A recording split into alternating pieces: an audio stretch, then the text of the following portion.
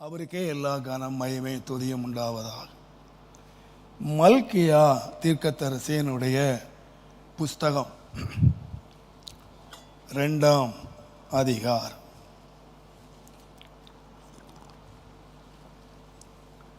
மல்கியா 2ஆம் அதிகாரம். தயவு செய்து 6ஆம் வசனத்திலிருந்து 8ஆம் வசனம் வரைக்கும் நான் வாசிக்கிறேன். மல்கியா 2ஆம் அதிகாரம் 6ஆம் வசனத்திலிருந்து 8ஆம் வசனம். சத்திய வேதம் அவன் வாயில் இருந்தது, அவனுடைய உதடுகளில் அநியாயம் காணப்படவில்லை. அவன் என்னோடே சமாதானமும் யதார்த்தவுமாய் சஞ்சரித்து அநேகரை அக்கிரமத்தினின்று திருப்பினான். ஆசாரியனுடைய உதடுகள் அறிவை காக்க வேண்டும். வேதத்தை அவன் வாயிலை தேடுவார்களே. அவன் சேனைகளுடைய கர்த்தரின் தூதன். நீங்களோ வழியை விட்டு விலகி அநேகரை வேதத்தை குறித்து இடற பண்ணினீர்கள். லேவியின் உடன்படிக்கையை கெடுத்து போட்டீர்கள் என்று சேனைகளின் கர்த்தர் சொல்லுகிறார். எங்கள் அன்பின் ஆண்டவரே, இந்த ஆச்சரியமான வேலைக்காக உமக்கு நன்றி. பரிசுத்த ஆவியானவர் எங்கள் மத்தியிலே நடப்பித்து கொண்டிருக்கிற உம்முடைய ஆச்சரியமான உம்முடைய அன்பின் கிருபைகளுக்காக நன்றி செலுத்துகிறோம்.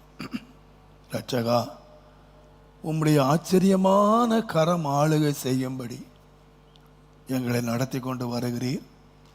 இன்றைக்கும் உம்முடைய சத்திய வேதத்தை படியே நீர் எங்களை நடத்தும்படி அடியான் வேண்டிக் கொள்ளுகிறேன்.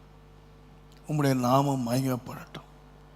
சத்திய ஆவியானவர் வரும்போது நம்மை சகல சத்தியத்துக்குள்ளும் நடத்துவார் என்று எழுதப்பட்டிருக்கிறது போல நீர் எங்களை நடத்தி நாமத்தை மகிமைப்படுத்தும் ஆசீர்வதி.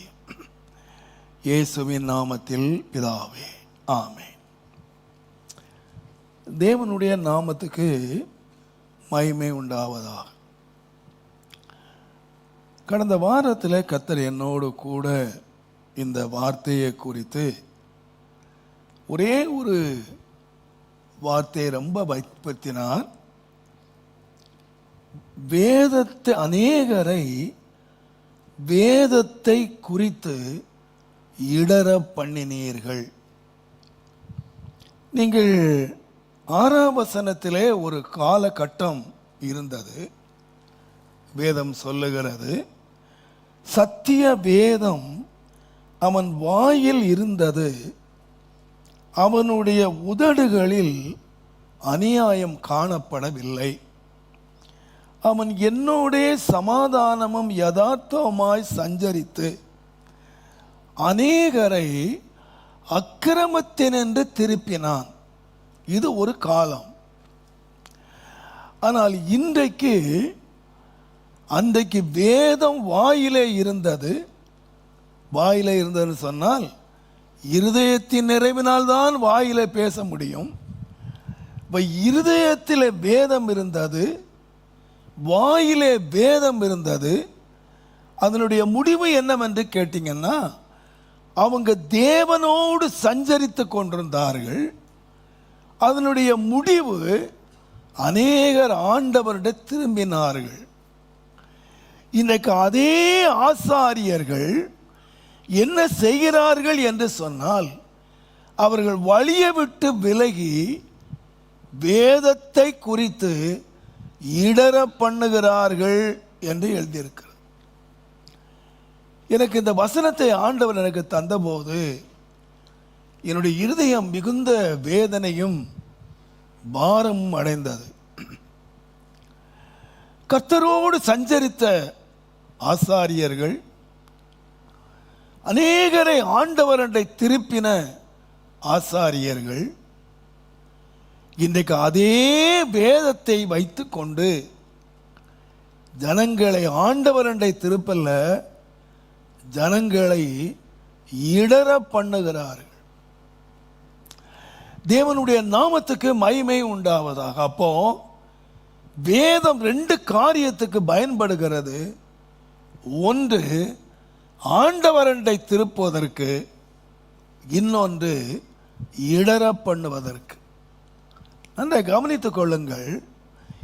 இந்த வேதம் என்பதை முதலாவது நாம் அறிந்து கொள்ள வேண்டுமானால் சங்கீதங்களின் புஸ்தகம் 37ஆம் சங்கீதம் 31ஆம் வசனத்தை நீங்கள் வாசித்தீர்களானால், அவனுடைய தேவன் அருளிய வேதம் அவன் இருதயத்தில் இருக்கிறது, அவன் நடைகளில் ஒன்றும் பிசகுவதே இல்லை.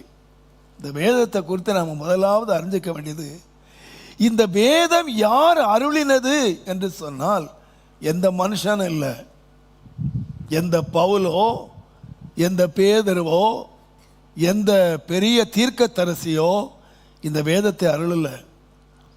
இந்த வேதத்தை நமக்கு கொடுத்தது யார் என்று சொன்னால் தேவன். ஆகையினால் தான் சங்கீதக்காரன் சொல்லுகிறான், வேதம் தேவன் அருளின வேதம். இந்த வேதம் ஒரு மனிதனுடைய இருதயத்திலே இருக்குமானால் அவனுடைய நடைகளிலே ஒன்றும் இடறி போகவே மாட்டான், அவனும் இடற மாட்டான், அவனுடைய நடைகளும் ஒரு நாளும் இடறி போகவே போகாது என்பதாக சொல்லுகிறார். முதலாவது நீங்கள் வேதம் என்பதை நீங்கள் அறிந்து கொள்ள வேண்டுமானால், இந்த வேதம் தேவன் அருளினது என்பதை நீங்கள் மறந்துவிடவே கூடாது. தேவனுடைய நாமத்துக்கு மகிமை உண்டாவதாக. அப்போஸ்தலர் நடபடிகளிலே தேவனால் உண்டாயிருந்தால் அதை அழித்து விடவே முடியாது என்று சொல்லியிருக்கிறது போல, இது தேவனால் உண்டானதனால்தான் இந்த வேதத்தை அழித்து விட எத்தனையோ ராஜாக்கள் எழும்பினார்கள். இந்த வேதம் இருக்கவே கூடாது, இதன் பேரே இருக்கக்கூடாது. இது இதை போல எரிக்கப்பட்ட புஸ்தகங்கள், இதை போல தடை பண்ணப்பட்ட புஸ்தகங்கள் உலகத்திலே வேறு எந்த புஸ்தகமும் இல்லை. ஆனால் இன்றைக்கும் ஒவ்வொரு நாளும் லட்சக்கணக்கான பிரதிகள் விற்று கொண்டிருக்கிற 2000 இந்த வேத புஸ்தகம் வெளிப்பட்ட காலம் முதல் இன்றைக்கு உலகத்திலே அதிகமான புஸ்தகங்கள் விற்கப்படுகிற ஒரு புஸ்தகம் இதுதான். அதிகமான மொழியிலே மொழிபெயர்க்கப்பட்ட புஸ்தகங்கள் இவைகள் தான்.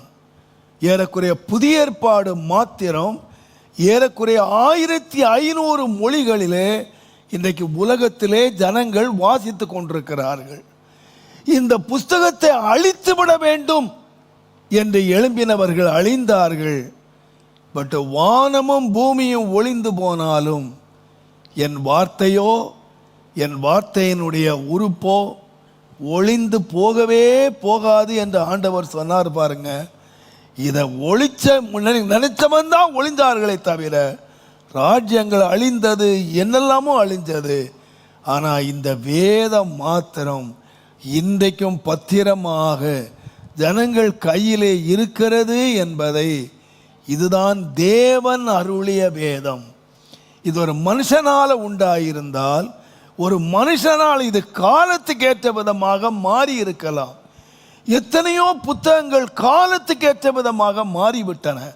காலங்கள் மாறுகிறது, ஜனங்களுடைய கலாச்சாரங்கள் மாறுகிறது, ஜனங்களுடைய அறிவு மாறுகிறது, என்னவெல்லாமோ மாறுகிறது. எத்தனை மாறினாலும் அந்த காலத்துக்கு ஏற்ற விதமான கர்த்தருடைய வார்த்தைகள் இந்த புஸ்தகம் மாத்திரமே புதிதாக வெளிப்படுத்தி கொண்டிருக்கிறது.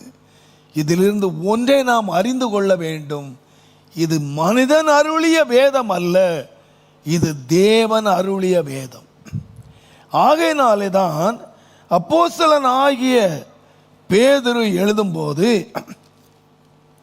2 பேதுரு 1ஆம் அதிகாரம், தயவு செய்து நீங்கள் 20ஆம் 21ஆம் வசனத்தை நீங்கள் வாசிப்பீர்களானால், வேதத்தில் உள்ள எந்த தீர்க்க தரிசனமும் சுய தோற்றமான பொருளை உடையதாய் இராதென்று நீங்கள் முந்தி அறிய வேண்டியது.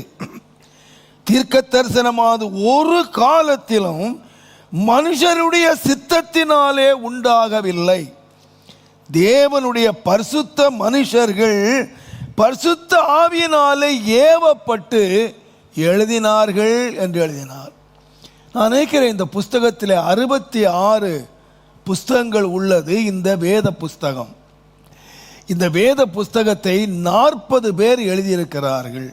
படித்தவர்கள், படிக்காதவர்கள், மேய்ப்பர்கள், தீர்க்கதரிசிகள், பலவிதமான தரப்பட்ட மக்கள் இந்த புஸ்தகத்தை எழுதியிருக்காங்க. ஆனால் ஒவ்வொரு ஆக்கியோனுக்கும் இன்னொரு ஆக்கியோனுக்கும் பல வருஷங்கள் இடைவெளி, ஒருவரை ஒருவர் பார்த்ததில்லை, ஒருவரை ஒருவர் சந்தித்ததில்லை, ஒருவரோடு ஒருவர் பேசினதில்லை, ஒருவருக்கும் ஒருவர் ஏறக்குறைய 100 ஆண்டுகள் 500 ஆண்டுகள் இடைவெளி இருக்கிறது.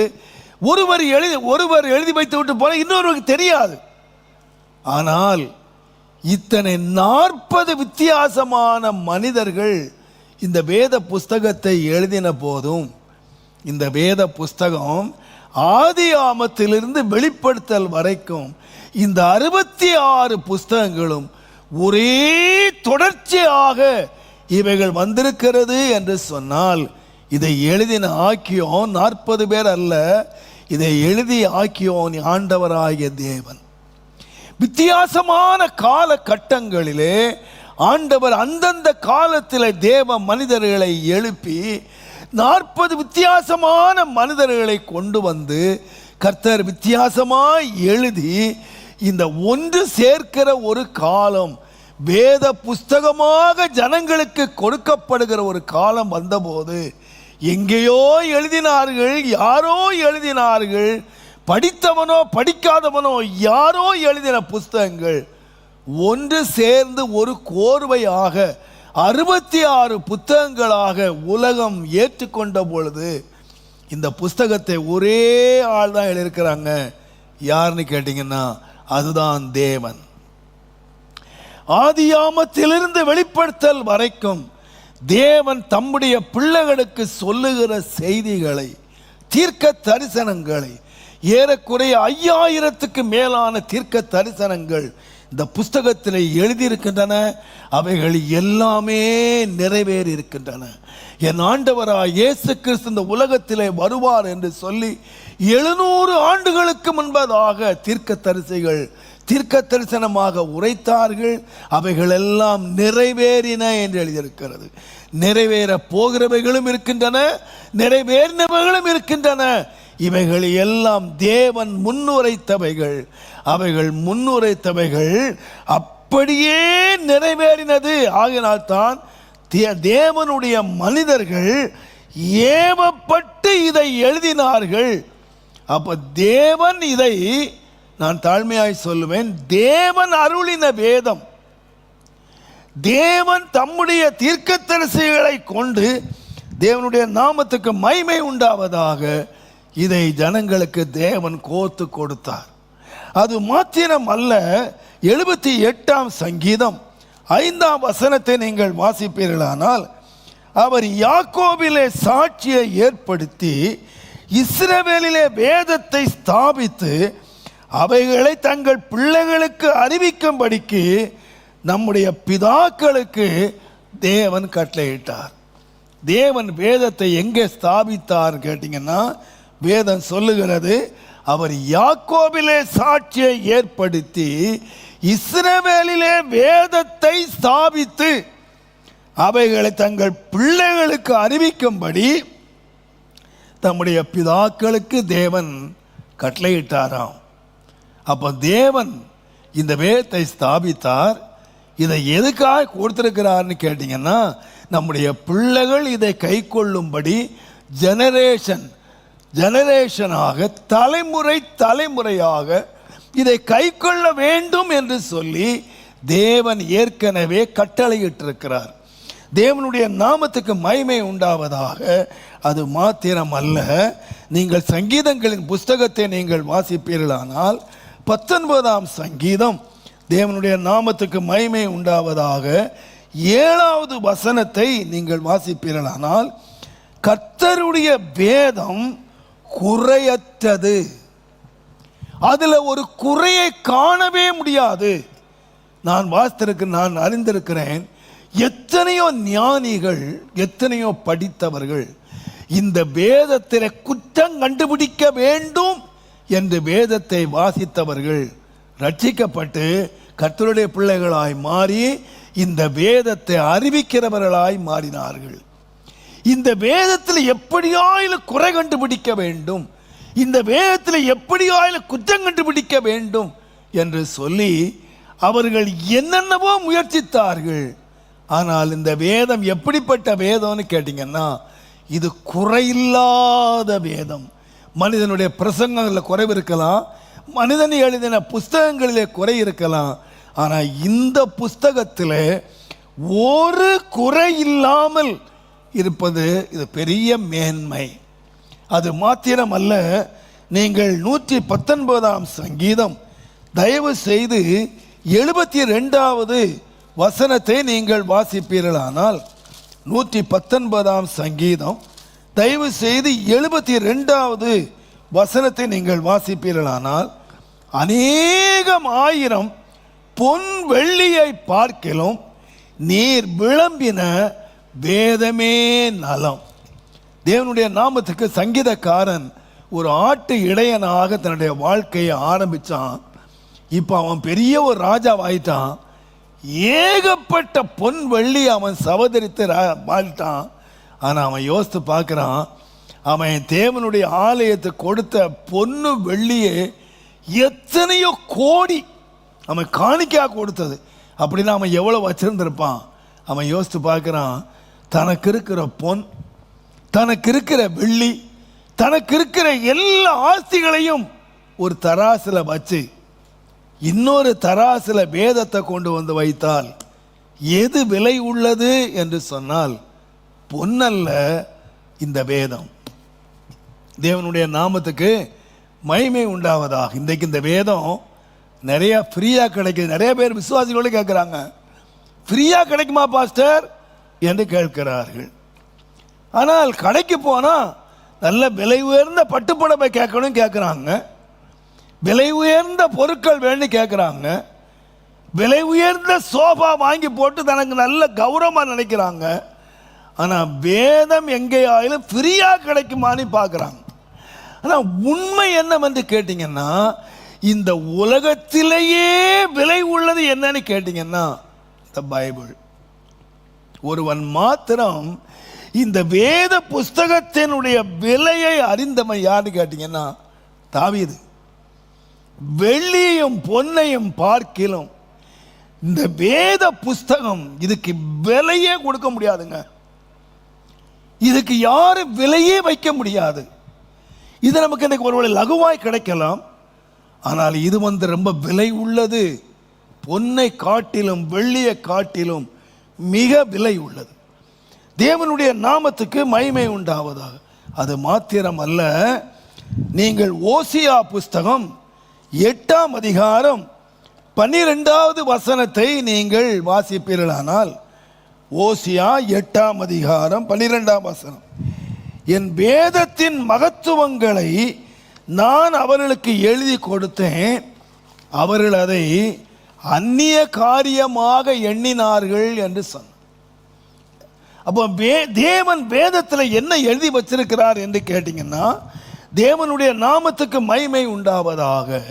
நான் சொல்லுவேன், தேவன் தன்னுடைய மகத்துவங்களை, தேவன் தன்னுடைய மகிமைகளை எதில் எழுதி வச்சிருக்கிறார்னா வேதத்தில் எழுதி வச்சிருக்கார்.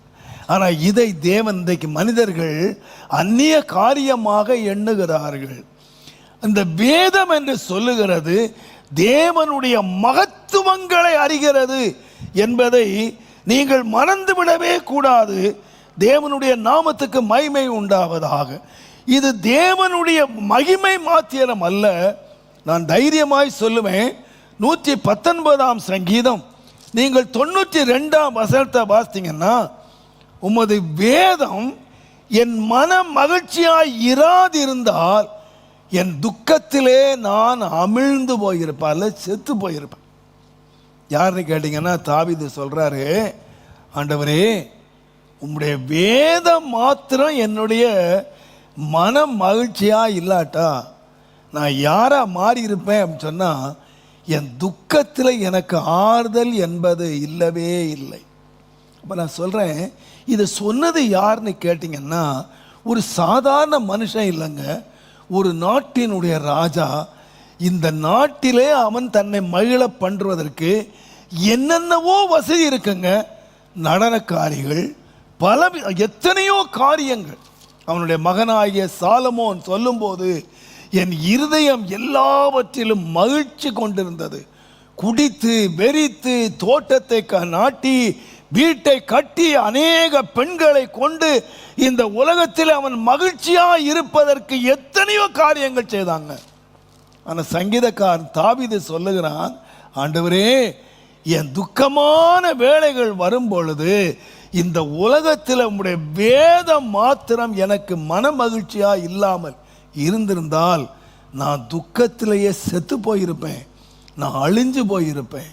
தேவனுடைய நீங்கள் உட்கார்ந்திருக்கு நீங்கள் மாத்திரம் அல்ல, இதை கேட்டுக்கொண்டிருக்கிற அநேகர் நான் சொல்லுவேன், இந்த துக்கத்துக்கு ஒரு பெரிய மருந்து என்னவென்று கேட்டிங்கன்னா, நம்ம நடந்து போகிற பாதைகள் சில வேளைகளிலே வேதனையும் துக்கமும் கண்ணீரும் நிறைந்த பாதைகள். அதில் நம்முடைய கண்ணீரை துடைத்தது என்னன்னு கேட்டிங்கன்னா, இன்றைக்கி நம்ம மகிழ்ச்சியாக இருந்து இன்றைக்கி நான் சாகாமல் உட்கார்ந்துருக்கிறதுனுடைய, நான் சொல்லுவேன் என்னுடைய வாழ்க்கையிலே நான் இன்றைக்கு சாகாமல் ஒரு ஊழியக்காரன் நிற்பதனுடைய இந்த 53 வருஷம் ஊழியர் நடைபெற்ற காரணம் இந்த வேதம். இந்த வேதம் மாத்திரம் இந்த உலகத்தில் கொடுக்கப்படாமல் இருந்தால் என்னை நீங்கள் ஊழியக்காரனாய் பார்த்துருக்க முடியாது. என்னுடைய வாழ்க்கை 53 ஆண்டுகளுக்கு முன்பாகவே முடிந்து போயிருக்கும். இப்படி ஒரு மனிதன் உலகத்தில் இருந்தான் என்று தெரியாமலே போயிருக்கும். என் துக்கத்திலே நான் அழிந்து போயிருப்பேன். எத்தனையோ பேருடைய சாட்சியை நான் கேட்டிருக்கிறேன். வாழ்க்கையை முடித்து கொள்ள தீர்மானித்த போது அவங்க துக்கத்தை ஆற்றி அவங்களை தைரியப்படுத்தி அவங்களை பலப்படுத்தி நிலைமை கேட்டிங்கன்னா இந்த வேதம்.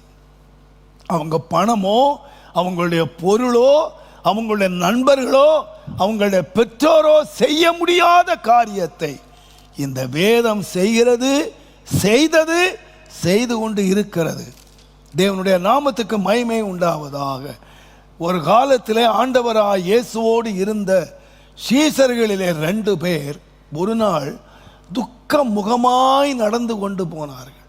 அவங்க முகமெல்லாம் துக்கம், அவங்க ரொம்ப வேதனையோடு நடக்கிறார்கள். கர்த்தருடைய வேதம் சொல்லுகிறது, நீங்கள் ஏன் துக்கமுகமாய் நடந்து போகிறீர்கள் என்று இயேசு அவர்களோடு வந்து அவர்களோடு பேசினார். கர்த்தருடைய வேதம் 24 அதிகாரம், லூக்கா எழுதின சுவிசேஷம் 24 அதிகாரம் 27 வசனம் சொல்லுகிறது, மோசே முதலிய தீர்க்கதரிசி எழுதின வேத வாக்கியங்கள் எல்லாவற்றிலும் தம்மை குறித்து சொல்லியவைகளை அவர்களுக்கு விவரித்து சொன்னார். வேத வாக்கியங்களை விவரித்து காண்பித்தார். அந்த வேத வாக்கியங்களை விவரிக்க விவரிக்க விவரிக்க வேதம் சொல்லுகிறது, இருதயம் கொழுந்து விட்டு எரிந்தது. அவங்களுடைய துக்கம் மாறியது. அவர்கள் ஆண்டவரை சந்தோஷமாய் அவர் அறிவிக்க ஓடினார்கள். ஆண்டவர் துக்கத்தை மாற்றினது எப்படி தெரியுமா?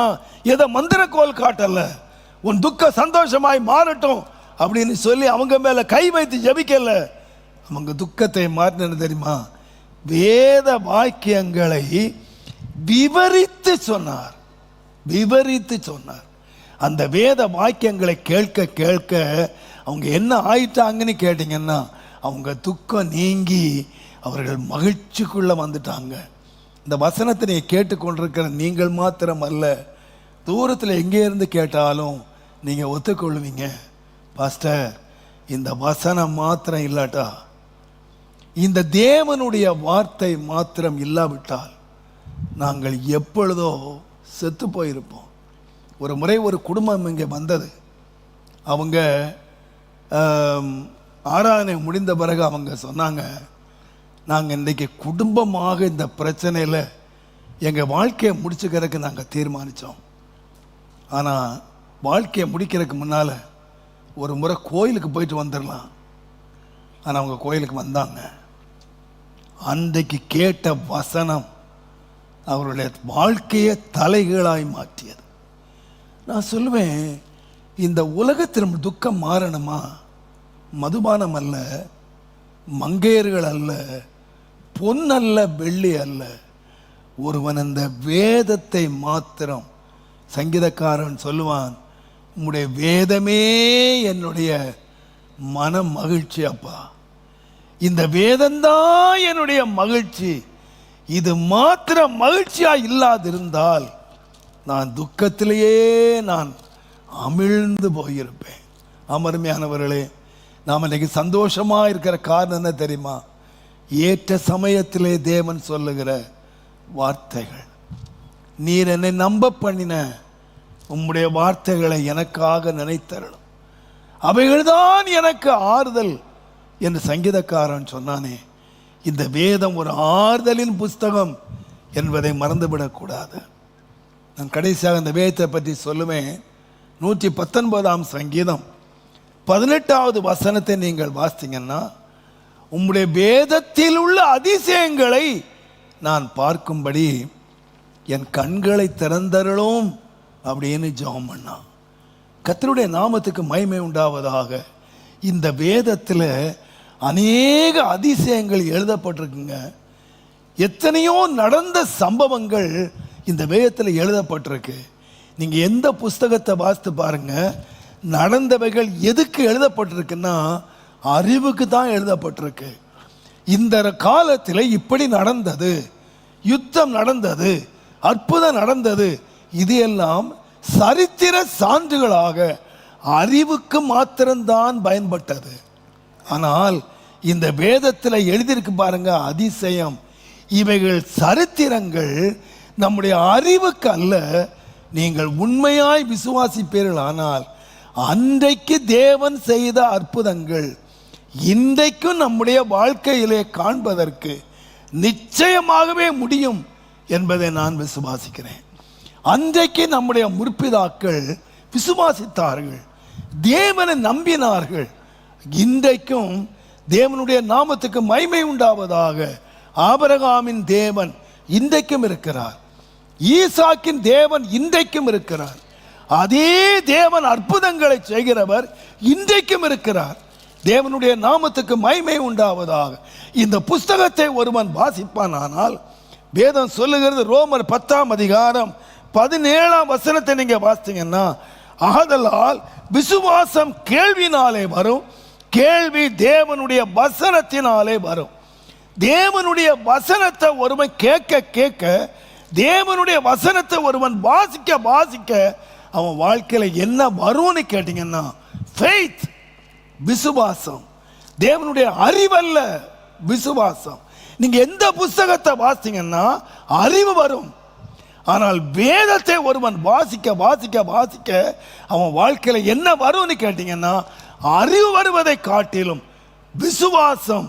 தேவன் மோசேக்கு அப்படி செய்தார், தேவன் யோசேப்புக்கு அப்படி செய்தார், தேவன் அவருக்கு அப்படி செய்தார், எனக்கும் தேவன் செய்வார். தேவன் மாறாதவராய் இருக்கிறார். நான் சொல்லுவேன், இன்றைக்கும் தேவனுடைய பிள்ளைகள் இந்த விசுவாசத்தினாலே அநேக காரியங்களை சாதிக்கிறார்கள், பெற்றுக்கொள்ளுகிறார்கள். வேதத்தில் உள்ள அதிசயங்களை பார்க்கும்படி, நான் நினைக்கிறேன், வேதாசங்களை கேட்கும்படி அல்ல, நாம் அறிந்து கொள்ளும்படி அல்ல, இப்படியெல்லாம் தேவன் செய்தார் என்று சரித்திரத்தை அறியும்படி அல்ல. வேதம் என்ன செய்யுதுன்னு கேட்டிங்கன்னா, நான் எல்லா பயத்தோடு சொல்லுவேன், வேதத்தை மாத்திரம் ஒருத்தன் உண்மையா விசுவாசத்தோடு அதை நம்பிக்கையோடு வாசிப்பான். ஆனால் இந்த அந்த வேதத்தை வாசிக்க வாசிக்க வாசிக்க அவன் யாரா மாறிடுமான்னு கேட்டிங்கன்னா, அவன் விசுவாசம் உள்ளவனாய் மாறுவான். விசுவாசத்தினாலே கூடாத காரியம் ஒன்றுமே இல்லை. தேவனுடைய நாமத்துக்கு மகிமை உண்டாவதா. விசுவாசமே உலகத்தை ஜெயிக்கிற ஜெயம். விசுவாசிக்கிறவன் பதறவே மாட்டான். விசுவாசிக்கிறவனால எல்லாம் கூடும். இதெல்லாம் எங்கேருந்து வந்துச்சு கேட்டிங்கன்னா, விசுவாசம் எப்படி வந்துச்சுன்னா மேலே இருந்து பண்டலாக தேவன் கொடுக்கறது இல்லை. விசுவாசம் ஒருவருக்கு எப்படி பாருங்க கேட்டீங்கன்னா, இந்த வசனத்தை கேட்க கேட்க, இந்த வசனத்தை வாசிக்க வாசிக்க வாசிக்க, எப்படி புஸ்தகத்தை வாசிக்கும் போது உங்களுக்கு உலக அறிவு கிடைக்கிறதோ அதே விதமாக ஒருவன் இந்த வேதத்தை வாசிக்க வாசிக்க அவனுக்கு என்ன நடக்குன்னு கேட்டிங்கன்னா ஃபெய்த். அதனால தான் பிசாசு என்ன பண்ணுறான்னா, வேதத்தை வாசிக்க விடுறதில்லை, வேதத்தை கேட்க விடுறதில்லை. கர்த்தருடைய நாமத்துக்கு மகிமை உண்டாவதாக. நான் எல்லா பயத்தோடு சொல்ல, அருமையான கர்த்தருடைய, இந்த வேதத்தை நீங்கள் வாசிப்பீர்களானால் நீங்கள் வேதத்தில் உள்ள அதிசயங்களை சரித்திரமாய் அறிகிறவர் இருக்க மாட்டீங்க. உங்கள் வாழ்க்கையில் நீங்கள் பெற்றுக்கொள்ள வேண்டிய அதிசயங்களை நீங்கள் பெற்றுக்கொள்வதற்கு உங்களை யாராக மாற்றிரும்னு கேட்டீங்கன்னா, விசுவாசம் உள்ளவர்களாய் மாற்றிரும். நீங்க பதறவே மாட்டீங்க, நீங்க பயப்படவே மாட்டீங்க, நீங்க நம்பிக்கையா உட்கார்ந்திருப்பீங்க. ஏனென்றால் இந்த புத்தகம் நமக்கு என்னத்தை உண்டாக்குதுன்னா, வேதம் விசுவாசத்தை உண்டாக்கு. இப்படிப்பட்ட ஒரு மகிமையான வேதம் ஒரு மனிதனுடைய வாயில் இருக்கும்போது அவர்கள் என்ன செய்கிறாங்கன்னு கேட்டீங்கன்னா, தேவனுடைய நாமத்துக்கு மகிமை உண்டாவதாக அநேகரை திருப்புகிறார்கள், தேவனோடு சமாதானமாய் இருக்கிறார்கள். ஆனால் ஒரு கூட்ட மக்கள் என்ன செய்கிறான்னு கேட்டீங்கன்னா, இந்த தங்களுடைய வழிகளை விட்டு விலகி இந்த வேதத்தையே வைத்துக்கொண்டு என்ன செய்கிறாங்கன்னு கேட்டீங்கன்னா, ஜனங்களை இடற பண்ணுகிறார்கள். கவனிங்க, இந்த கடைசி காலத்தில் தேவனுடைய நாமத்துக்கு மகிமை உண்டாவதாக இந்த வேதம் தேவனோடு சஞ்சரித்து அநேகரை திருப்பதற்கும் இந்த வேதம் தான் பயன்படுது. அநேகரை இடற பண்ணுவதற்கும் இந்த வேதம் தான் பயன்படுகிறது. தேவனுடைய நாமத்துக்கு மகிமை உண்டாவதாக. கடைசி நாட்கள் நீங்க யோசித்து பார்ப்பீங்கன்னா, நான் முதல் 3 காரியத்தை நான் உங்களுக்கு சொல்லுகிறேன். தேவனுடைய நாமத்துக்கு மகிமை உண்டாவதாக. நீங்கள் வேதத்தை நீங்கள் நல்லா கவனித்து பார்த்தீர்களானால், கடைசி நாட்களிலே உள்ள அடையாளங்களிலே ஒன்று என்னவென்று கேட்டீங்கன்னா, மத்தேயு 24ஆம் அதிகாரம் தேவனுடைய நாமத்துக்கு 8ஆம் வசனத்தில் இருந்து நீங்க 11ஆம் வசனம் வரைக்கும் நீங்க வாசிப்பீங்கன்னா, மத்தேயு 24ஆம் அதிகாரம் 8ஆம் வசனம், இவைகள் எல்லாம் வேதனைகளுக்கு ஆரம்பம். அப்பொழுது உங்களை உபத்திரவங்களுக்கு ஒப்பு கொடுத்து உங்களை கொலை செய்வார்கள். என் நாமத்தின் நிமித்தம் நீங்கள் சகல ஜனங்களாலும் பகைக்கப்படுவீர்கள். அப்பொழுது அநேகர் இடரல் அடைந்து ஒருவரை ஒருவர் காட்டி கொடுத்து ஒருவரை ஒருவர் பகைப்பார்கள்.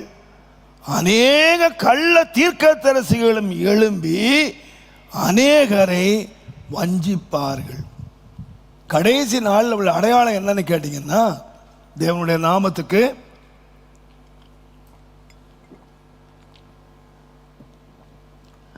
இன்னைக்கு நிறையா கடைசி நாளுக்கு என்ன நடக்கும் என்பதெல்லாம் நீ கேட்டுக்கிட்டே இருக்கிறீங்க. ஆனால் கடைசி நாளில் என்ன முக்கியமான ஒரு காரியம் நடக்கும்னு கேட்டீங்கன்னா, கர்த்தருடைய வேதம் சொல்லுகிறது, அப்பொழுது அநேகர் இடரல் அடைந்து ஒருவரை ஒருவர் என்ன செய்வாங்கன்னா காட்டி கொடுப்பாங்க. கிறிஸ்தவங்க ஒருவரை ஒருவர் காட்டி கொடுப்பார்கள். இது கடைசி நாளிலே அடையாளம். என்ன செய்வாங்கன்னு கேட்டீங்கன்னா, இந்த வேத வசனத்தை வைத்துக்கொண்டு ஜனங்கள் இடரல் அடைகிறார்கள். உங்களுக்கு தெரியும், அப்போஸ்தலனாகிய பேதுரு ஆண்டவர்கிட்ட சொல்லும்போது, தேவனுடைய நாமத்துக்கு மகிமை உண்டா 26ஆம் அதிகாரம் மத்தேயுவிலே 31ஆம் வசனம் வாசித்தீங்கன்னா, ஆண்டவரை பார்த்து சொன்னாரு, நான் ஒரு கால் என்ன செய்ய மாட்டேன், இடரல் அடையவே மாட்டேன், ஒரு காலம் இடரல் அடைய மாட்டேன். அவன் சொல்லி அன்றைக்கு ராத்திரியிலேயே ஆண்டவர் சொல்லையாப்பா, சேவல் 3 தரம் 2 தரம் முகருக்கு முன்னால் 3 தரம் மறுதளிப்பாப்பா, நீ என்ன மறுதளிப்பா, நீ ரொம்ப நேரம் இல்லைப்பா, இப்ப சொல்ற சாப்பிட்டுட்டு நான் மறுதளிக்கவே மாட்டேன் அப்படின்னு சொன்னவங்கெல்லாம் வேதம் சொல்லுகிறது அன்றைக்கு ராத்திரியிலே மறுதலித்தான். 12 சிங்காசனத்திலே உட்கார்ந்து நீங்கள் 12 கோத்திரத்தாரை நியாயந்தீர்ப்பீர்கள் என்று ராத்திரியெல்லாம் உட்கார்ந்து தேவனால் தெரிந்து கொள்ளப்பட்டு அபிஷேகம் பெற்ற 12 அப்போஸ்தலரில் ஒருவன் இயேசுவை காட்டி கொடுத்தான். அவங்க நம்ம நிலைமை என்னையா? இயேசுவோடு உட்கார்ந்தாங்க ஐயா, இயேசுவோடு சாப்பிட்டாங்க ஐயா, இயேசுவோடு ஊழியம் செய்தாங்க ஐயா, இயேசுவுக்கு அசோசியேட் பாஸ்டர்ஸ், இயேசுவோடு தூங்கினாங்க ஐயா, இயேசு என்ன பிரசங்கத்தை கேட்டாங்க. 3.5 வருஷம் இயேசுவினுடைய சபையில இருந்து இயேசுவை பின்பற்றினாங்க ஐயா.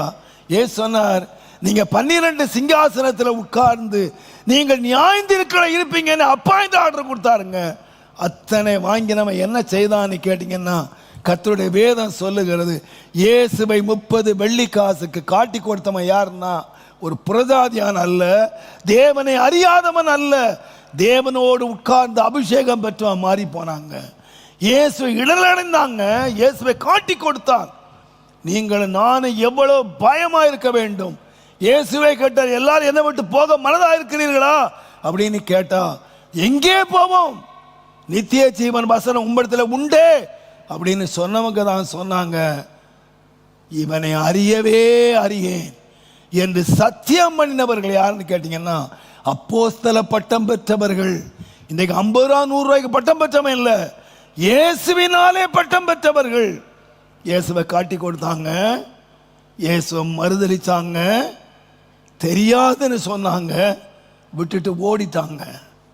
நான் சொல்ல அருமையான கர்த்தருடையவர்களே, உங்களுக்கும் எனக்கும் மிகுந்த பயமும் நடுக்கமும் உண்டாகத்தக்கதாக நான் சொல்லுவேன், தேவனுடைய நாமத்துக்கு மகிமை உண்டாவதாக. கர்த்தர் நம்மை இரத்த கோட்டைக்குள்ளே வைத்துக் கொள்ளுவாராக. கர்த்தருடைய வேதம் மிக தெளிவாக சொல்லுகிறது.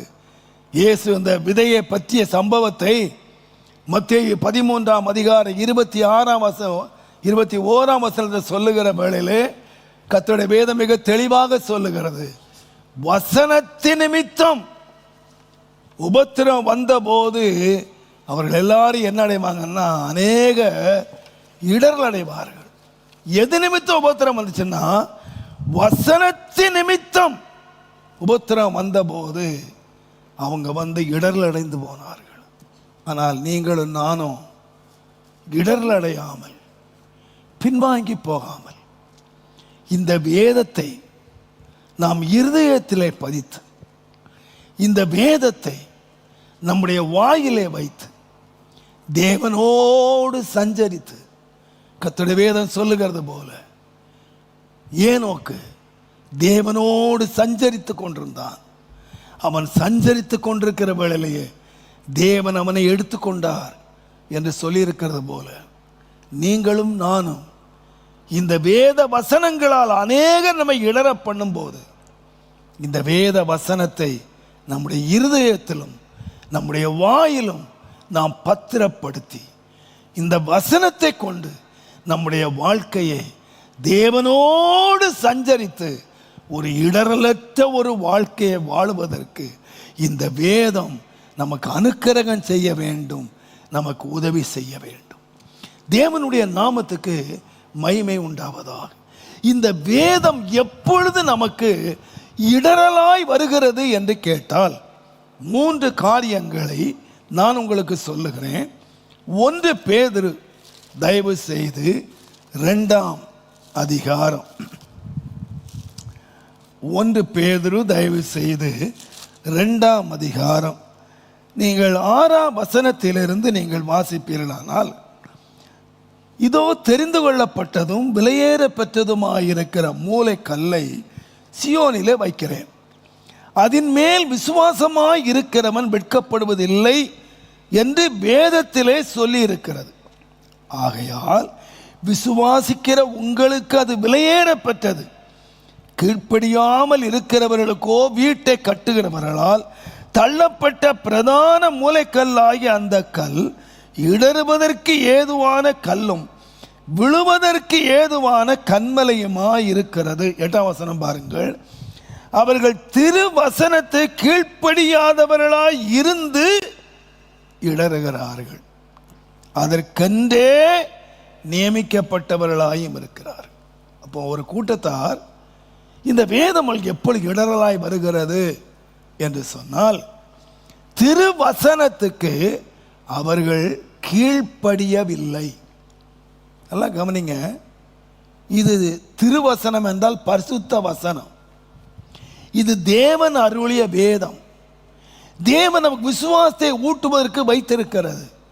இந்த வேதம் எத்தனையோ பொன்னையும் வெள்ளியை காட்டிலும் மகத்துவமானது. இது தேவனுடைய மகத்துவங்களை எழுதி கொடுத்திருக்கிறார். ஆனால் எப்போ இந்த புஸ்தகம் நமக்கு இடரலாய் வருகிறது என்று சொன்னால், தேவனுடைய வசனத்துக்கு நாம் என்ன செய்கிறது இல்லைன்னா, கேட்குறோம், வசனத்தை பிரசங்கம் பண்ணுறோம், ஆனால் அநேகருடைய வாழ்க்கையில் வசனத்தை கை கொள்ளுவதில்லை அல்லது வசனத்தை கீழ்ப்படிவதில்லை. எப்போ இந்த வேதம் ஒருவனுக்கு இடரலாய் வந்து விடுகிறது, தேவனோடு சஞ்சரிக்க முடியாமல் எப்பொழுது வழி விலகி போகிறார்கள் என்று சொன்னால், தேவனுடைய வசனத்தை அறிஞ்சு வச்சிருக்காங்க, தேவனுடைய வசனத்தை பிரசங்கிக்கிறாங்க, ஆனால் தேவனுடைய வசனத்துக்கு என்ன செய்யணும் கேட்டீங்கன்னா கீழ்ப்படுகிறது.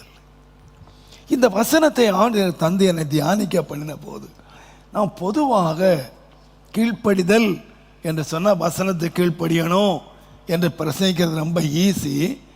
ஆனால் இந்த கீழ்ப்படிதல் இருக்கு பாருங்க, இது ரொம்ப கஷ்டமான ஒன்று. ஆண்டவர் எனக்கு கண்ணுக்கு முன்னால் இந்த கீழ்ப்படுகிறவர்கள் எல்லாம் ஆண்டவர் கொண்டு வந்தார். தேவனுடைய வார்த்தை கீழ்ப்படிஞ்சாங்க அப்படின்னு சொல்றவங்களை எல்லாம் தேவன் கொண்டு வந்தார். நல்லா கவனிங்க, முதலாவது கீழ்ப்படிதல் என்று நீங்க எடுக்கிற மிக முக்கியமான மனிதன் யாருன்னு கேட்டீங்கன்னா ஆபிரகாம். ஆபிரகாம் தேவனுடைய வார்த்தை கீழ்ப்படிந்து அப்படியே போனார். ஆனா அவருடைய கீழ்ப்படிதலுக்கு அவர் கொடுத்த விலை கொஞ்சம் அல்ல. நீங்கள் ஆதியாமத்தின் புஸ்தகம் 12ஆம் அதிகாரத்தில் நீங்க வாசித்தீங்கன்னா, அவருடைய கீழ்ப்படிதல் எங்க வந்ததுன்னு கேட்டீங்கன்னா, ஆண்ட வசனத்தை கீழ்ப்படிஞ்சதுனால தன்னுடைய தேசத்தை இழக்க வேண்டியதாக இருந்தது, தன்னுடைய வீட்டை இழக்க வேண்டியதாக இருந்தது, தன்னுடைய ஜனத்தை இழக்க வேண்டியதாக இருந்தது. ஆண்டவர் சொன்னாரு, நீ உன் வீட்டையும் நாட்டையும் ஜனத்தையும் விட்டுட்டு நான் காண்பிக்கிற தேசத்துக்கு போன்னு சொன்னார். ஆண்டவர் உடனே இன்றைக்கு கீழ்ப்படிஞ்ச உடனே நாளைக்கு நாடு வந்துடல, இன்றைக்கு இழந்த உடனே நாளைக்கு தேவன் நாட்டை கொடுத்துடல. தேவனுடைய நாமத்துக்கு மகிமை உண்டாவதாக. வேதம் சொல்லுகிறது, பரதேசியாவே அவர் சஞ்சரித்தார். ஆனால் ஒரு கீழ்ப்படிதல் என்று ஒன்று வருமானால் ஒன்றை மறந்துடாதீங்க, தேவனுடைய வசனத்துக்கு நம்ம கீழ்ப்படுகிறோம் என்று சொன்னீங்கன்னா, ஒன்று நம்முடைய வாழ்க்கையில முதலாவது இழக்க வேண்டியதாக இருக்கும். இழப்பு இல்லாமல் ஆசீர்வாதம் இல்லை, இழப்பு இல்லாமல் தேவன் கொடுக்கிற ராஜ்யம் இல்லை. சிலர் நினைக்கிறாங்க நாம இங்கேயே உட்கார்ந்துட்டு இருக்கலாம், தேவன் காண்பிக்கிறத நமக்கு நேரா வரும் நினைக்கிறாங்க. இல்லை இல்லை, கீழ்ப்படிவன் சொன்னால் தன் நாடு, வீடு, ஜனம் எல்லாத்தையும் விட்டு போனார். நான் யோசித்து பார்த்தேன், ஆண்டவர் விட்டுட்டு போன்னு சொன்னாரே, அதோடு விட்டாரா? நம்ம சில வேலைகளை சொல்லுவாங்க பாருங்க, பாஸ்டர் வேலை செய்யாத சோம்பேறிகளை அவங்க வேலை வாங்கிறதே இல்லை, ஆனால் நான் தான் உண்மையாக ஆஃபீஸில் வேலை செய்கிறேன். என்னதான் பாஸ்டர் காலையில் இருந்து சாயங்காலம் வரைக்கும் பிழிஞ்சு எடுக்கிறானுங்க பாஸ்டர். யாரை பிழிமா? நீங்கள் ஆஃபீஸில் வேலை செய்கிறீங்கல்ல, நீங்கள் ஒழுங்காக வேலை செய்தால் என்ன செய்வான்? பிழிஞ்சு எடுப்பான். கர்த்தருடைய நாமத்துக்கு அதே மாதிரி தான் பாருங்க, ஆண்டவர் எவனை கீழ்ப்படுகிறானோ அவனை ஆண்டவர் பிழிஞ்சு எடுப்பாருங்கிறத நீங்கள் மறந்துடவே கூடாது. ஆண்டவர் என்ன சொன்னார்னா, முதலாவது நீ புறப்பட்டு போ அப்படின்னு சொன்னார், புறப்பட்டு போயிட்டான். ஆனால் நீங்கள் வாழ்க்கையை வாசித்து பாருங்க, அதே ஆண்டவர் சொல்றாரு, இந்த தேசத்தெல்லாம் நடந்து திரி, இதெல்லாம் நீ என்ன அனுபவிக்க தேசம் இருக்குல்ல, இதெல்லாம் நடந்து திரி சுத்து. நீ நடந்து திரு மாத்திரம் இல்லப்பா, அவன் அது கீழ்ப்படிஞ்சான்.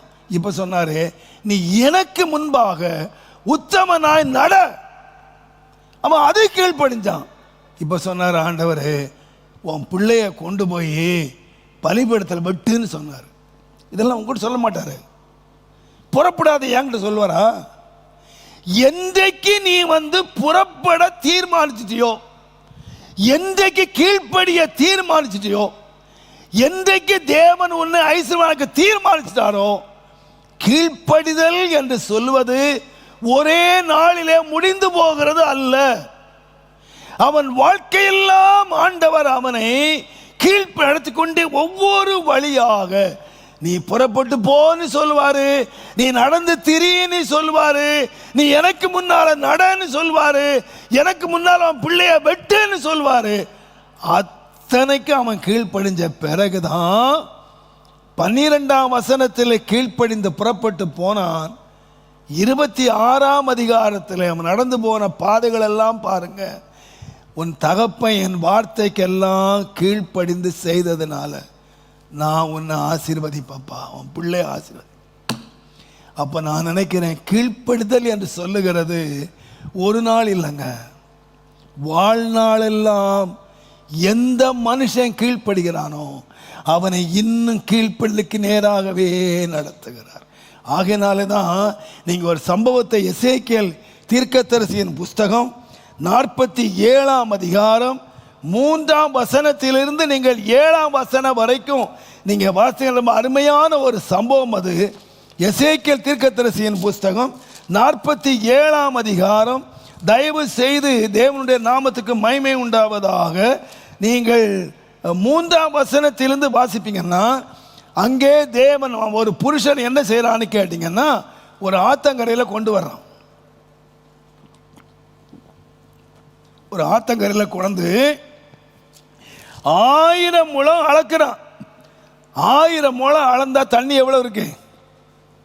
கணுக்கால் அளவு தண்ணி இருக்கு. அந்த ஆத்துல தண்ணி எவ்வளவு ஓடுதுன்னா கணுக்கால் அளவு ஓடுது. கணுக்கால் அளவு தண்ணியில இறங்குறது ரொம்ப ஈஸி இல்லையா? சரி, இப்ப தேவ திட்டம் என்னன்னு கேட்டீங்கன்னா, இவன் ஆத்துக்குள்ள கொண்டு வந்து எதுக்குன்னு கேட்டீங்கன்னா, அந்த பக்கத்திலே அவனுக்கு நிறைய தோட்டம் இருக்கு, வித்தியாசமான கனி இருக்கு. கனி எங்க இருக்குன்னு அந்த பக்கம் இருக்கு. இந்த கனிக்கு நேராய் நடத்த வேண்டுமானால் முதலாவது எங்க நடத்துறாருன்னா கணுக்கால் அளவுல நடத்துறார். ஏன்? தண்ணி பயம் நீங்கிறதுக்கு. நம்ம ஆளுங்க நிறைய ஆட்களை மெட்ராஸில் பார்த்துருக்கேன். நீங்க பீச்சில் போனீங்கன்னா பீச்சுக்கு போறியான்னு போயிருமா. பீச்சுக்கு எதுக்கு போனா? கடலை பார்க்கறதுக்கு போனான். நிறைய பேர் சொல்றாங்க நான் கடலை பார்த்தோம் அப்படின்னு சொல்றோம். சில ஆள் பார்த்தீங்கன்னா துணியை அப்படி தூக்கி பிடிச்சிட்டு அப்படி அலை வரும் பார்த்தீங்களா, அலை வந்துட்டு அப்படி திரும்பி போச்சுல அப்படியே பிடிச்சிட்டு தோத்துற இவங்க கடல்ல குளிச்சிட்டாங்க, கடல் தண்ணி பட்டுடுச்சு, கடல் தலையில கூட பட்டுடுச்சு. நீங்க எது வரைக்கும் போனாங்க? கணுக்கால் வரைக்கும் போனான். அதுக்கு அப்புறம் நீங்க அவனை உள்ள கூப்பிட்டீங்கன்னா அவன் ஊரையே கூப்பிட்டு கூச்சல் போட்டுருவான். ஐயோ என்ன விட்டுரு, என்ன விட்டுரு, என்ன விட்டுரு, என்ன விட்டுரு. இவன் ஒரு நாள் கடலை பார்த்தான், ஆனால் கடலுக்குள்ள போனதில்லை. நிறைய தேவனுடைய பிள்ளைகள் நதியை பார்த்தாங்க, பட் நதிக்குள்ள போனதில்லை. ஒரு கணுக்கால் அளவு நடந்துட்ட போது ஆண்டவர் தண்ணி பயம் நீங்கிடுச்சு. இப்போ அவனுக்கு தான் 1000 முழம் அளக்கிறார். ஆண்டவர் ஒரு நாள் உங்களை தூக்கி ஆத்துக்குள்ள போட மாட்டாருங்க. உங்களை வம்பு பண்ணி உங்களை ஆத்துக்குள்ள போடவே மாட்டார். நீங்க கணுக்கால் அளவு கீழ்ப்படிஞ்சீங்கன்னா அடுத்த மறந்துடாதீங்க, உனக்கு திரும்ப 1000 முழம் அளப்பாரு. 1000 முழம் அளந்தா நீ எங்க போவேன்னு கேட்டீங்கன்னா அடுத்தது முழங்கால் அளவு. அப்பா ஆத்துல போய் நான் முழங்கால் அளவு போயிட்டு வந்துட்டேன் அப்படி சாட்சி சொன்னீங்கன்னா ஆபத்து காத்திருக்கு. அடுத்தது உனக்கு 1000 முழம் இருக்கு. நான் ஆத்துக்கு போனேன், தேவன் என்னை ஆத்துக்கு நடத்தினார், என்னை ஆண்டவர் கணுக்கால் கடத்தினார் சொன்னா அடுத்த வாரமே உனக்கு இருக்கு ஆபத்து. அடுத்த வாரம் எங்க கொண்டு போறாருன்னு கேட்டீங்கன்னா முழங்கால் அளவு கொண்டு போறாரு. நீ முழங்கால் அளவு போயிட்டு அடுத்த வாரம் சாட்சி கொடுக்குற, அப்பா அந்த ஓடுற நீரோட்டத்தில் நான் முழங்கால் அளவு போயிட்டு வந்துட்டேன் அப்படின்னா வீட்டுக்கு போன லெட்டர் வரும், அடுத்த 1000 முழம் வரும். அடுத்த 1000 முழம் எங்க வந்து கேட்டீங்கன்னா இடுப்பளம் வந்துடுச்சு. இது இறங்கினவனுக்கு தாங்க ஆபத்து. தேவன் இடுப்பு அளவு போனவனுக்கு திரும்ப 1000 முழம் அளக்கிறார். இப்போ அந்த ஆறு என்னமா மாறிச்சு கேட்டீங்கன்னா நீச்சல் ஆழமா மாறிச்சு. அவன் இப்ப நீந்த தொடங்குகிறான். இந்த பயமெல்லாம் போய் இப்ப ஆண்டவர் நீச்சல் ஆழத்துல கொண்டு வந்து இப்ப எங்க போயிட்டான்னு கேட்டீங்கன்னா நதிக்கு அந்த பக்கத்திலே போனான். நீங்க வாசித்து பாருங்க 47ஆம் அதிகாரம் தேவனுடைய நாமத்துக்கு மகிமை உண்டாவது 7ஆம் வசனத்திலே, நான் நடந்து வருகையில் இதோ 6ஆம் வசனத்தை கர்த்தர் நோக்கி மனுபுத்திரனே இதை கண்டாயா என்று சொல்லி என்னை நதி ஓரமாய் திரும்ப நடத்தி கொண்டு போனார். நான் நடந்து வருகையில் இதோ நதி ஓரத்தில் இக்கரையிலும் அக்கரையிலும் வெகு திரளான விருட்சங்கள் இருந்தது. எப்பொழுது நீச்சலாளர் நீந்தின பிறகுதாங்க நீ விருட்சங்களை காண்பாய். ஆண்டவர் உன்னை ஆத்தோரத்தில் கொண்டு நீச்சல் தர மாட்டாரு. உன்னை முழங்கால உன்னை கணுக்காலில் கொண்டு போய், உன்னை முழங்காலில் கொண்டு போய், உன்னை இடுப்பில் கொண்டு போய், உன்னை நீச்சல் அடிக்க வச்சு அதுக்கு அப்புறம்தான் கர்த்தர் என்ன கொடுக்கிறார்னா, அவன் கண்ணுக்கு என்ன கொடுக்கிறார்னா விருட்சங்களை கொடுக்கிறார். ஆமாடிமையானுடைய கீழ்ப்படி நினைக்கிறாங்க நம்ம கீழ்ப்படிஞ்ச உடனே வரல பிரதர். இல்லை பிரதர், கீழ்ப்படிஞ்சிங்களா? இப்போ தான் ஃபஸ்ட் கிளாஸ் பாஸ் பண்ணியிருக்கிறீங்க. நீங்கள் இன்ஜினியர் பட்டம் போடணும்னா இன்னும் 15 வருஷம் இருக்கு பிரதர். இதை கீழ்ப்படிஞ்சாதான் பிரதர், படித்தாதான் பிரதர். நீங்கள் அட்மிஷன் ஆன உடனே எல்கேஜியில் சேர்ந்த உடனே என்ஜினியர் பட்டம் போட்டுடலாம்னா அதுக்கு துட்டு கொடுத்தா போடணும் பிரதர். அது நீங்களே போட்டுக்கலாம். ஆனால் தேவன் அப்ரூவல் போடணுமானால் தேவன் ஒவ்வொரு படியாக தேவன் நடத்தி கொண்டே போ. கீழ்ப்படிதல் என்று சொல்வது லகுவானது இல்லைங்க. அதனால தாங்க நிறைய பேர் கீழ்ப்படிய மாட்டேன்றாங்க. தேவனுடைய நாமத்துக்கு மகிமை உண்டாவதாக. எண்ணாகமத்தின் புஸ்தகம் 11ஆம் அதிகாரம் 11ஆம் வசனத்திலிருந்து 15ஆம் வசனம் வரைக்கும் வாசித்தீங்கன்னா இந்த மோசே இருக்காரு பாருங்க, அவர் பெரிய பாஸ்டருங்க. 6 லட்சம் புருஷர்களை வச்சு நடத்தினாருங்க. வெளியே பார்த்தீங்கன்னா என்னங்க, எப்பா மோசேக்கு என்னப்பா, அவன் சபையில் 6 லட்சம் புருஷர் இருக்காங்க ஐயா. பெரிய சர்ச்சினுடைய பாஸ்டர் 30 லட்சம் பேரை வச்சிருக்காரு. அவருக்கு என்னங்க குறை? தேவனுடைய நாமத்துக்கு மகிமை உண்டாவதாக. கர்த்தருடைய வேதம் அந்த காலத்தில் என்ன படிச்சு கொடுத்துச்சுன்னா, தசபாகம் எல்லாவற்றிலும் கூட எல்லாம் வாங்கினாருங்க. மனுஷன் என்ன குறைவில்லாமல் இருந்திருப்பாரு. ஆனால் இந்த மனுஷன் ஒரு நாள் ஜெபம் பண்ணாரு பாருங்க.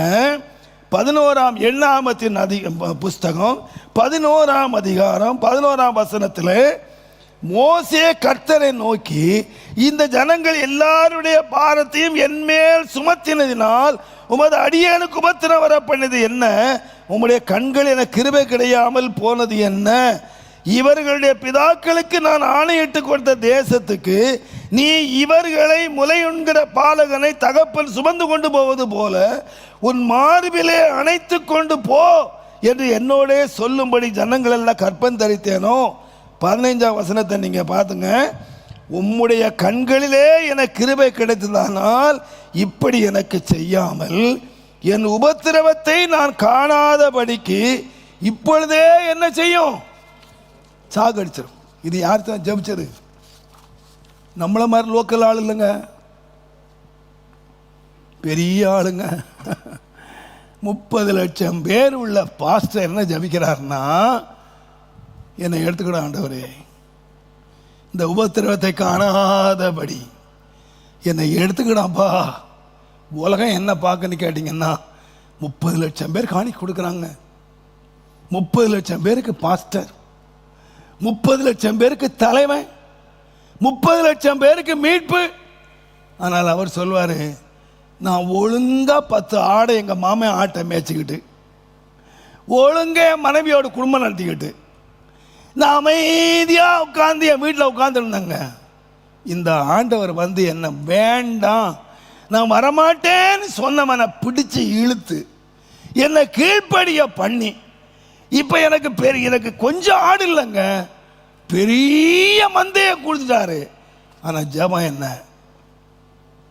ஆண்டவரே என் உபத்திரவத்தை காணாதபடி.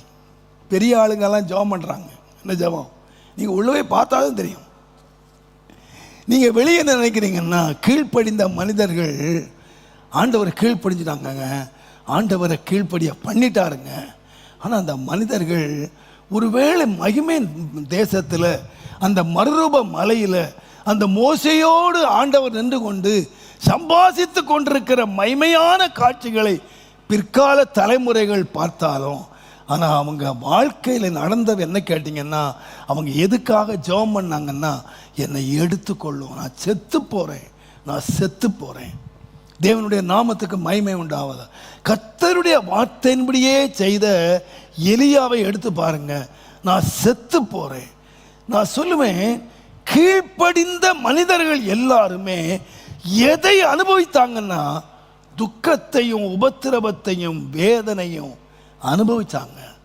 உங்களுக்கு தெரியுமா, உலகத்தில் எத்தனையோ கன்னிகைகள் இருந்தாலும் தேவதூதன் ஒரு கன்னிகையை தேடி போனாங்க. அந்த ஒரு கன்னிகை, கிருபை பெற்றவளே, நீ கர்த்தரால் ஆசீர்வதிக்கப்பட்டவள், கர்த்தர் உன்னோடு இருக்கிறார் என்று சொல்லி வார்த்தையை கீழ்ப்படிய பண்ணினாருங்க. அந்த மரியாள் என்ன சொன்னா தெரியுமா? நான் ஆண்டவருக்கு அடிமை, ஆண்டவருடைய வார்த்தையின்படியே நான் செய்கிறேன் அப்படின்னு அவ சொன்னாங்க. முடிவு என்ன தெரியுமா? அவளை கட்டிக்க போறான் பாருங்க புருஷன். அவன் என்ன நினைக்கிறான்னா, அவளை அவமானப்படுத்த மனதில்லாமல். நீங்க யோசித்து பாருங்க, ஒருவேளை கேப்ரியல் மாத்திரம் இந்த யோசேப்பு கிட்ட வந்து, எப்பா இது பரிசுத்த ஆவினால் உண்டானது, நீ அவளை ஏத்துக்க அப்படின்னு சொல்லாம இருந்திருந்தால் யோசேப்பு என்ன செய்திருப்பார்னா, அவமானப்படுத்தாம தள்ளி இருப்பாரு. ஆனா வாழ்க்கை முழுவதும் என்ன நடந்திருக்குன்னா, அவமானம்தான் சந்திச்சிருக்கோம். இவன் ஏற்றுக்கொண்டதுனால தான் உலகம் என்ன வாய மூடி இருக்கும்னு கேட்டீங்கன்னா, பரவாயில்ல, என்கேஜ்மெண்ட்டுக்கு அப்புறம் எப்படியோ கூடி பிள்ளை பெற்றுட்டாங்க, சரி அவங்க தானே பெற்றுக்கிட்டாங்க போட்டோம் அப்படின்னு விட்டுருப்பான். இவன் மாத்திரம் சேர்க்காம இருந்திருந்தான். ஆனால் கர்த்தருடைய வார்த்தை கீழ்ப்படிஞ்சதுனால அவளை அனுபவிச்ச அவமானம் எவ்வளவு இருந்திருக்கும் தெரியுமா? நான் சொல்றேன், கீழ்ப்படிதல் என்று சொல்வது லகுவானது இல்லையா. அது உபத்திரவத்தை கொண்டு வரும், அது வேதனையை கொண்டு வரும், அது பெரிய சோர்வை கொண்டு வரும், செத்துடலாம் என்று சொல்லுகிற நிலைமையை கொண்டு வரும். ஆனால் அந்த கீழ்ப்படுகிறவர்களுக்காக தேவன் வைத்திருக்கிறது, நான் சொல்லுவேன், இந்த சோர்வும் இந்த பாதாளம் அல்ல, அந்த கீழ்ப்படுகிறவர்களுக்காக. அன்றைக்கு தேவன் ஆபிரகாமை சோதித்தார், பட் பின்னாலே பெரிய தேசத்தை கொடுத்தார். அந்நாள் ஒருவேளை மரியாள் போன பாதையே கடினமாக இருக்கலாம், அவமானத்தின் பாதையாக இருக்கலாம். ஆனால் முடிவு என்ன வந்துச்சு கேட்டீங்கன்னா, அவளை சகல ஜாதிகளும் பாக்கியவதிகள் என்று சொல்லக்கூடிய நிலைமையில் பரிசுத்தவான்கள் செத்துப்ப நலமாக இருக்கும். ஆனால் மோசேயை பாருங்க, எனக்கு தாங்கவே முடியல, நான் செத்து போறேன்னு சொன்ன மனுஷன் கடைசி எங்கே காணப்பட்டான்னு கேட்டீங்கன்னா, சபையார் காணாம ஆண்டவர் அவனை புதைச்சிட்டாரு. அவனுடைய அடக்க ஆராதனையில் 30 லட்சம் மக்கள் விசுவாசிகளாக இருந்தாலும் ஒரே ஒருவர் கூட அந்த அடக்க ஆராதனை பங்கு பெற முடியாதபடி ஆண்டவரே அடக்கம் பண்ணிட்டாருங்க. ஆனால் தேவன் எங்கே காண பண்ணார் தெரியுமா? இயேசு மறுரூப மலையிலே மகிமையிலே இருக்கும்போது அந்த மகிமையிலே தன்னோடு கூட நிற்கிற ஒரு பெரிய பாக்கியத்தை யாருக்கு கொடுத்தாருன்னா, கீழ்ப்படிந்த மோசேக்கு கொடுத்தாருங்க. தேவனுடைய நாமத்துக்கு மகிமை உண்டாவதாக. நான் சொல்லுவேன், நீங்கள் கர்த்தருடைய வார்த்தைக்கு கீழ்ப்படிவீர்கள் ஆனால் நீங்கள் இடரவே மாட்டீங்க. நீங்கள் தேவனுடைய வார்த்தைக்கு கீழ்ப்படியாமல் போவீர்கள் ஆனால் நம்முடைய வாழ்க்கை எப்படி மாறிடும்னு கேட்டிங்கன்னா, இடறுதலாக மாறிடும். கீழ்ப்படியும் போது நமக்கு சில உபத்திரவங்கள் வரலாம், சில சோர்வுகள் வரலாம், சில அவமானங்கள் வரலாம், சில அதைரியங்கள் வரலாம். சில கண்ணீர் வரலாம். நாமே நம்பிக்கையற்றவர்களாக நான் செத்து போறேன், என்னால் முடியாது, இந்த பாறை என்னால் தாங்க முடியாது என்று யார் சொன்னான்னா கீழ்ப்படிந்த மக்கள் சொன்னாங்க. அவங்களால் தாங்க முடியாத ஒரு பாரமாய் இருந்திருக்கலாம். ஆனால் நான் சொல்வேன், அருமையானவர்களே, தேவன் அதிலேயும் தாங்கி அவனை ஒரு பெரிய மகிமையிலே கொண்டு வந்தது போல நீங்கள் தேவனை கீழ்ப்படுவீர்களானால் இன்றைக்கு நீங்கள் போகிற பாதை தாங்க முடியாத பாரமாக இருக்கலாம். இது எனக்கு பெரிய பாரம், இந்த உபத்திரவத்தை என்னால் தாங்க முடியல என்று நீங்கள் கதறுகிறவர்களாக இருக்கலாம். ஆனால் நான் சொல்லுவேன், அந்த உபத்திரவத்தில் உன்னை கையை விட்டுறாதபடி தேவன் உன்னை எங்கே கொண்டு நிறுத்துவார்னா அந்த மறுரூபத்தில் இயேசுவோடு கூட அந்த மகிமையிலே நிறுத்துவார் என்பதை நீங்கள் மறந்து போகவே கூடாது. கர்த்தருடைய நாமத்துக்கு மகிமை உண்டாவதாக.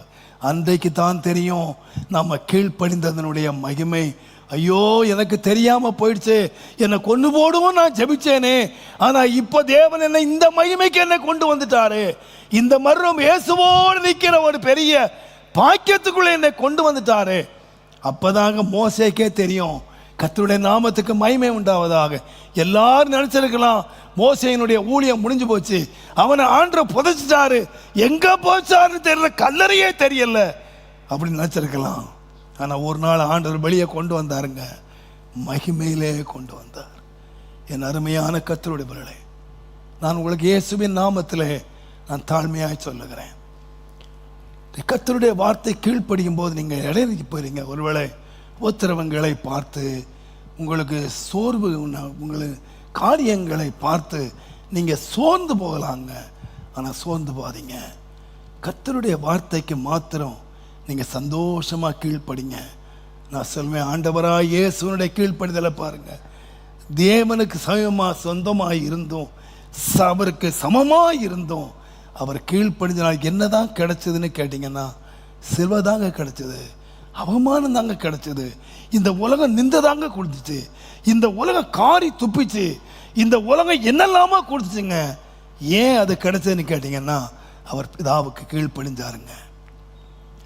அவர் தேவனாய் இருந்த போது இரவும் பகலும் தேவ தூதர்கள் அவரை ஆராதிச்சாங்க, அவரை பணிஞ்சாங்க.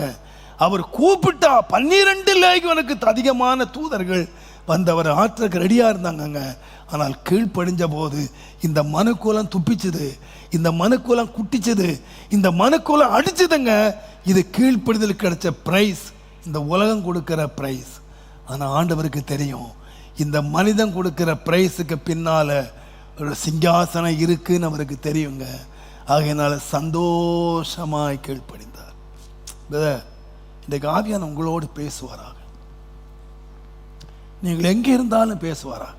பாஸ்டர், நான் ஆண்டவர் கீழ்ப்படிஞ்சதுனால என்னால் தாங்க முடியல பாஸ்டர், என் பாரத்தை என்னால் தாங்க முடியல, என் வேதனை என்னால் தாங்க முடியல, என் அவமானத்தை என்னால் தாங்க முடியல பாஸ்டர். நான் ஆண்டவருக்கு எவ்வளவு கீழ்ப்படிஞ்சேன், கர்த்தருடைய வார்த்தைக்கு நான் அர்ப்பணிச்சேன், அதனால அனுபவிக்கிற நிந்தை அவமானமும் ஏராளம் பாஸ்டர், என்னால் தாங்கவே முடியல.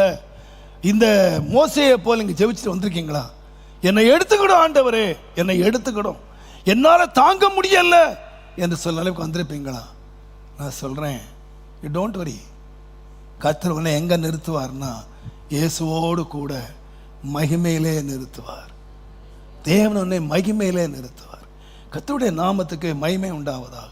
நான் சொல்கிறேன் அருமையானவர்களே, இது எலியாவுக்கும் மோசேக்கு கொடுத்தது மாத்திரம் இல்லை. கர்த்தர், நான் சொல்லுவேன், நீங்கள் தப்பாக விளங்கிக் கொள்ளக்கூடாது. இந்த செய்தி ஆண்டுக்கு எப்போ கொடுத்தாருன்னு கேட்டிங்கன்னா கடந்த வாரம் எனக்கு ரொம்ப ஒரு, நீங்கள் நினைக்கக்கூடாது, ஒரு பெரிய ஒரு சோர்வினுடைய பள்ளத்தாக்குள்ள நான் போயிட்டேன். எத்தனையோ பேரை திடப்படுத்தின நான் ஒரு பெரிய ஒரு சோர்வினுடைய பள்ளத்தாக்குள்ள போன பொழுதுதான் கர்த்தர் இந்த வார்த்தையை தந்து இன்றைக்கு உங்கள் மத்தியில் நான் பிரசங்கிக்கிறேன்னு சொன்னால், நான் சொன்னேன் பாருங்க, இந்த வேதம் மாத்திரம் இல்லாமல் இருந்திருக்குமானால் கர்த்தருடைய நாமத்துக்கு மகிமை உண்டாவதா. சம்பவங்களை நான் யோசித்து பார்த்தேன். ஒரு முறை நான் சமீபத்தில் நான் சொன்னேன், ஒரு தம்பி ஒரு சர்ச்சை நடத்திக்கிட்டு இருந்தார், அவர் வாடகை நடத்திக்கிட்டு இருந்தார். பட் அந்த வீட்டுக்கார் சொன்னார், நான் லேண்டை விற்றுட்டேன், நீங்கள் இடத்த காலி பண்ணுங்க. அவர் ரொம்ப நாளாக காலி பண்ணாமல் இருந்தார். கடைசி அந்த இடத்தை இடித்தாங்க. அவருக்கு வீடு இல்லை, அவருக்கு ஊழியம் இல்லை, சபை இல்லை, என்ன சரி தெரியல, நடுவில் நிற்கிறாரு. அவருக்கு எங்கேயுமே போக தெரியல, என்ன செய்யறேன்னு தெரியல. அவர் அழுது நிற்கிறார், என்ன பண்றேன்னு தெரியாம. நான் அவரை தூக்கி பிடித்து அவருக்கு சொந்தமாக இடம் வாங்கி கொடுத்து அவருக்கு ஆலயத்தை கட்டி கொடுத்து, நான் சொல்வேன் ஏறக்குறைய அவருக்கு 55 லட்சம் ரூபாய் நான் கொடுத்தேன், ஆலயத்தை கட்டி கொடுத்தேன். இப்படி எத்தனையோ 25 லட்சம் 20 லட்சம் லட்சமாக நான் காணிக்க கொடுத்துருக்கேன். ஆனா எனக்கு ஒரு தேவை, எங்களுக்கு ஒரு தேவை. எங்க ஜனங்கள் இந்த கொடுத்த காசெல்லாம், நான் நேற்றை உட்காந்து போன வாரம் உட்காந்து யோசித்தேன், நம்ம புத்தியனம் பண்ணிட்டோமோ, முட்டாள்தனம் பண்ணிட்டோமோ. இந்த ஜனங்கள் கொடுத்த காசெல்லாம் நான் சேவிங்கில் போட்டிருந்தா நான் சர்ச்சை பற்றி வெளியே அறிவிக்க வேண்டிய அவசியமே இல்லை, சூப்பராக கட்டி முடிச்சுட்டு இருப்பேன். ஆனால் ஆண்டவர் கீழ்ப்படிஞ்சேன். கர்த்தர் கொடுன்னு சொன்னாரு. நான் லட்சங்களை பார்க்கல, நான் 50 லட்சம் 20 லட்சம் இதெல்லாம் நான் கணக்க வைக்கல. கர்த்தருடைய வார்த்தைக்கு நான் கீழ்ப்படிஞ்சேன். ஆனால் இப்போ தேவன் எனக்கு ஒரு தரிசனத்தை கொடுத்தார். கர்த்தருடைய பிள்ளைகள், இவ்வளவாய் லட்சமாய் கொடுத்த மக்கள், என்னுடைய ஆயுசு நாள் ஒரு கடைசி வருஷத்தில் இந்த ஜனங்களுக்கு வசதி பண்ணாம போயிட்டோம். ஒரு வசதியாய் உட்கார்ந்து ஆராதிப்பதற்கு ஒரு ஆரான ஸ்தலம் வேணும்னு என் விருப்பத்தை ஆண்டவர் கொடுத்தார். நான் ரொம்ப போராடினேன், முடியாதுன்னு சொன்னேன். இந்த வயசான காலத்தில் இந்த பாரமெல்லாம் வேண்டாம் அப்படின்னு சொன்னேன். ஆனால் ஆண்டவரை கீழ்ப்படிய பண்ணினார். நான் கீழ்ப்படிஞ்சேன். எனக்கு தெரியும் இது பெரிய பாரம், இது நிறைவேற முடியாது, இதை செய்ய முடியாது என்று ராத்திரி பதில் அழுதேன். ஆனால் ஆண்டவர் விடல. இப்போ நான் ஒருவேளை என்ன அறிவிச்சேன்னா, ஒரு 10,000 rupees கொடுங்கன்னு அறிவித்தேன். உங்களால் 1 லட்சம் ரூபாய் கொடுங்கள் என்று அறிவித்தேன். ஆனால் என்ன எழுதினாங்க தெரியுமா? அவன் ஓனாய், அவன் மோசக்காரன், பண ஆசை பிடிச்சவன், கள்ள போதகன், என்னெல்லாமோ பயன்படுத்துறாங்க. நான் யோசித்து பார்த்து எனக்கு தேவையா? இதை எழுதுகிறவர்கள் யாருன்னு கேட்டீங்கன்னா, எனக்கு 5 ரூபாய் கொடுத்தவன் இல்லை.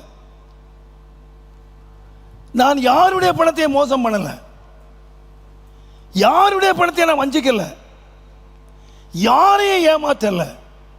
என் தனி வாழ்க்கையிலையோ, என் குடும்ப வாழ்க்கையிலையோ, என் அந்தரங்க வாழ்க்கையிலையோ யாருமே இதுவரைக்கும் என்னை குற்றம் சாட்டினதில்லை. என் பண விஷயத்திலேயோ கொடுக்கிற விஷயத்திலேயோ யாருமே குற்றம் சாட்டினதில்லை. ஆனால் இந்த கடுமையான வார்த்தைகள், நானும் மனுஷன்தான் பாருங்க, ஆண்டவரே இது ஏன் கீழ்ப்படிஞ்சா தானே, நான் இதெல்லாம் சேர்த்து வச்சிருந்தேன்னா நான் இன்றைக்கு இவங்கள்ட்ட கையேந்த வேண்டிய அவசியம் இல்லையே.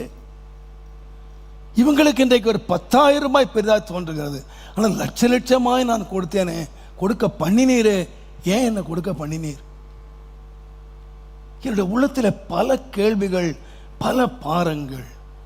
அப்பொழுதுதான் ஆண்டவர் இந்த வார்த்தையை தந்து, அப்பா என்னை கீழ்ப்படிஞ்சவங்க நடத்தின பாதைகள்லாம் இதான்ப்பா, இதுக்கு பின்னால தான் அவங்க மகிமையை கண்டாங்கப்பா. நீ மகிமையை காணணுமா? நீ சுமக்கணும், நீ இந்த அவமானத்தை சுமக்கணும், இந்த நிந்தையை சுமக்கணும். நான் சொல்லுவேன், அதே வார்த்தையை தான் நான் போகிற பாதையில் ஒருவேளை நீங்கள் போகலாம். உங்களுக்கு நான் சொல்லுகிறேன், நீங்கள் வார்த்தைக்கு கீழ்ப்படிந்ததனால் நீங்கள் ஒருவேளை சொல்லலாம், இது என்னால் தாங்க முடியாத பாரப்பா, என்னால் சுமக்க முடியாத பாரப்பா அப்படின்னு நீங்கள் சொல்லலாம். கர்த்தர் அதுக்கு பதிலே சொல்லலைங்க. கர்த்தர் தம்முடைய வானத்தை திறந்து காரியங்கள் நடப்பித்தது போல நிச்சயமாய் நடப்பிப்பார் என்று நான் மனதார நம்புகிறேன். தேவனுக்கு கீழ்ப்படுகிறது மாத்திரம் அல்ல, நான் இயேசுவின் நாமத்திலே தாழ்மையாய் சொல்லுகிறேன், கீழ்ப்படிதல் என்று மாத்திரம் அல்ல, நீங்கள் இரண்டாவதாக நான் சொல்வேனானால் யோவான் 11ஆம் அதிகாரம், நான் மற்ற குறிப்புகளை சுருக்கமாக சொல்லி நான் முடித்து விடுகிறேன். யோவான் 11ஆம் அதிகாரம் 9வது வசனத்தை நீங்கள் வாசிப்பீர்களானால், இயேசு பிரதியுத்தரமாக, பகலுக்கு 12 மணி நேரம் இல்லையா? ஒருவன் பகலிலே நடந்தால் அவன் இந்த உலகத்தின் வெளிச்சத்தை காண்கிறபடியினால் அவன் இடரவே மாட்டான். இப்ப நான் தாழ்மையை விசுவாசிக்கிறேன். ஒருவன் இடர் அடையாமல் இருக்க வேண்டுமானால் அவன் கீழ்ப்படுகிறவனாய் மாத்திரமல்ல, அவன் யாரா இருக்கணும்னா நடக்கிறவனாய் இருக்கணும். எங்கே நடக்கணும்னு கேட்டீங்கன்னா வெளிச்சத்திலே நடக்கிறவன். ஏனென்றால் நான் இயேசுவின் நாமத்தில் தாழ்மையாக சொல்லுவேன். கொலோசையர் 1ஆம் அதிகாரம் 12-13 வசனங்களை நீங்கள் வாசிப்பீர்களானால், ஒளியில் உள்ள பரிசுத்தவான்களுடைய சுதந்திரத்திலே நீங்கள் பங்கடைவதற்கு நம்மை தகுதி உள்ளவராக்கினவரும் இருளின் அதிகாரத்தினின்று நம்மை விடுதலையாக்கி தமது அன்பின் குமாரனுடைய ராஜ்யத்துக்கு உட்படுத்தினவருமாயிருக்கிற பிதாவை ஸ்தோத்திரிக்கிறேன். நல்லா கவனிங்க. ஒளியிலே உள்ள பரிசுத்தவான்களுடைய சுதந்திரத்திலே நான் பங்கடையணும். அப்போ நமக்கு தேவன் எந்த சமத்திருக்காருன்னா பரிசுத்தவான்கள் இல்லை, அவங்க எங்கே இருக்கிறாங்கன்னு கேட்டிங்கன்னா ஒளியிலே உள்ள பரிசுத்தவான்கள். அப்போ இந்த ஒளியிலே உள்ள அவருடைய ராஜ்யத்திலே நாம் பங்கடையணுமானா தேவனுடைய நாமத்துக்கு மகிமை உண்டாவதாக நீங்கள் யாரை நடந்து கொள்ளுங்கன்னா, எபேசியர் 5ஆம் அதிகாரம் 3-8 வசனத்தை நீங்கள் பார்த்தீங்கன்னா, வெளிச்சத்தின் பிள்ளைகளாய் நீங்கள் நடந்து கொள்ளுங்கள். நீங்கள் நடந்து கொள்ளுங்கள். நீங்க வீட்டில் போய் எபேசியர் 5ஆம் அதிகாரம் 3 வசனம் 8 வசனம் வாசித்து பாருங்க. நீங்க ஒரு பரிசுத்தவான் என்று சொல்லுகிறவர்கள் தேவனுடைய நாமத்துக்கு மகிமை உண்டாவதாக நீங்கள் வெளிச்சத்தில் நடக்கணும். நீங்க எல்லாத்தையும் இருள் உள்ள எல்லாத்தையும் விட்டுட்டு தேவனுடைய நாமத்துக்கு மகிமை உண்டாவதாக நீங்கள் பரிசுத்தவான்கள் வெளிச்சத்தில் இருக்கிறாங்க. நீங்க எங்க நடங்க அப்படின்னா வெளிச்சத்தில். எல்லாரும் பார்க்கிற சுருக்கமாக சொன்னா அந்தரங்கமாக நடக்காதீங்க, மறைவாக நடக்காதீங்க. இயேசுவிடத்தில் எல்லாம் வெளிச்சமா இருக்கு, அங்க ஒன்றும் மறைவே இல்லை. நான் சொல்லுவேன், இன்றைக்கு இந்த பரிசுத்தம் என்ற வார்த்தை ரொம்ப தவறாக பயன்படுத்தப்படுகிறது. ஒரு வசனத்தை வாசனை கடந்து போகிறேன். 2 கொரிந்தியர், தேவனுடைய நாமத்துக்கு மகிமை உண்டாவதாக, 2 கொரிந்தியர் 6ஆம் அதிகாரம் சில வசனங்களை நான் வாசனை கடந்து போகிறேன். 2 கொரிந்தியர் 6ஆம் அதிகாரத்தில் நீங்கள்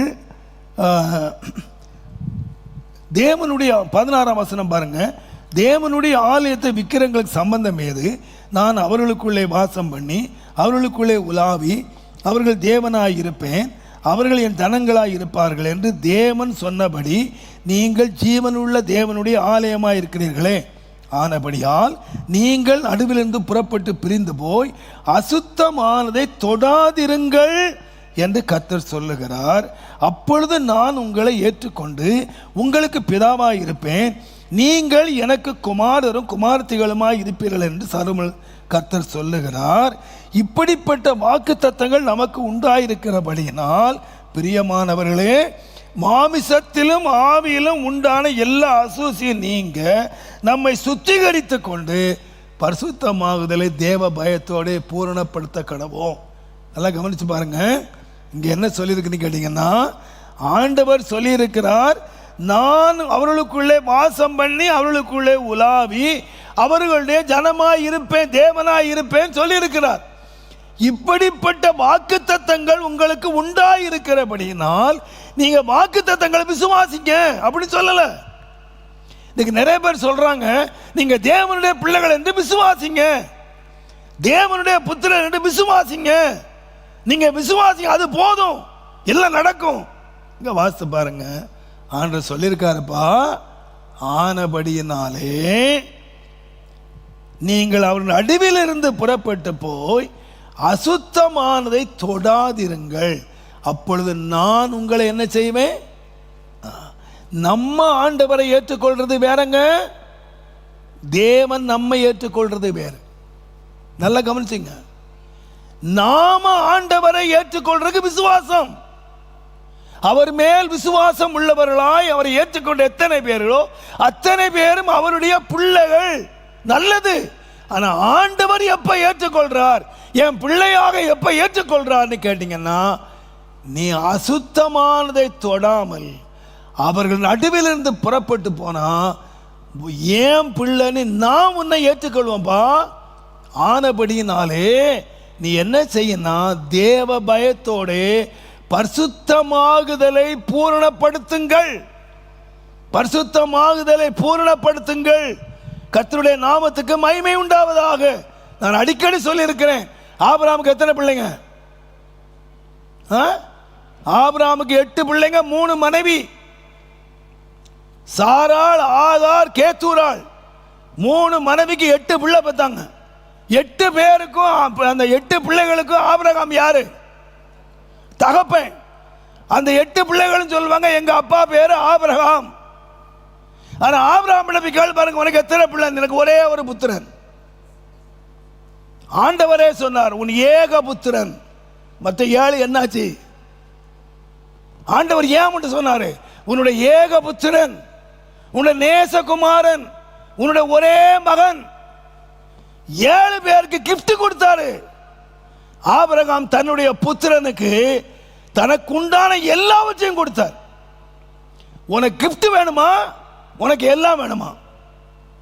நான் சொல்றேன், நிறைய பேர் சொல்றாங்க பரிசுத்தமே தேவையில்லை. பை ஃபெய்த் நாம குமாரன் ஆயிட்டோம், நாம புத்திரன் ஆயிட்டோம். யூ ஃபெய்த், நீ விசுவாசிக்கலாம்ப்பா. உனக்கு ஒரு கிஃப்ட் கொடுப்பாரு, ஒரு கார் கொடுப்பாரு, ஒரு வீடு கொடுப்பாரு, வச்சுட்டு ஆளு.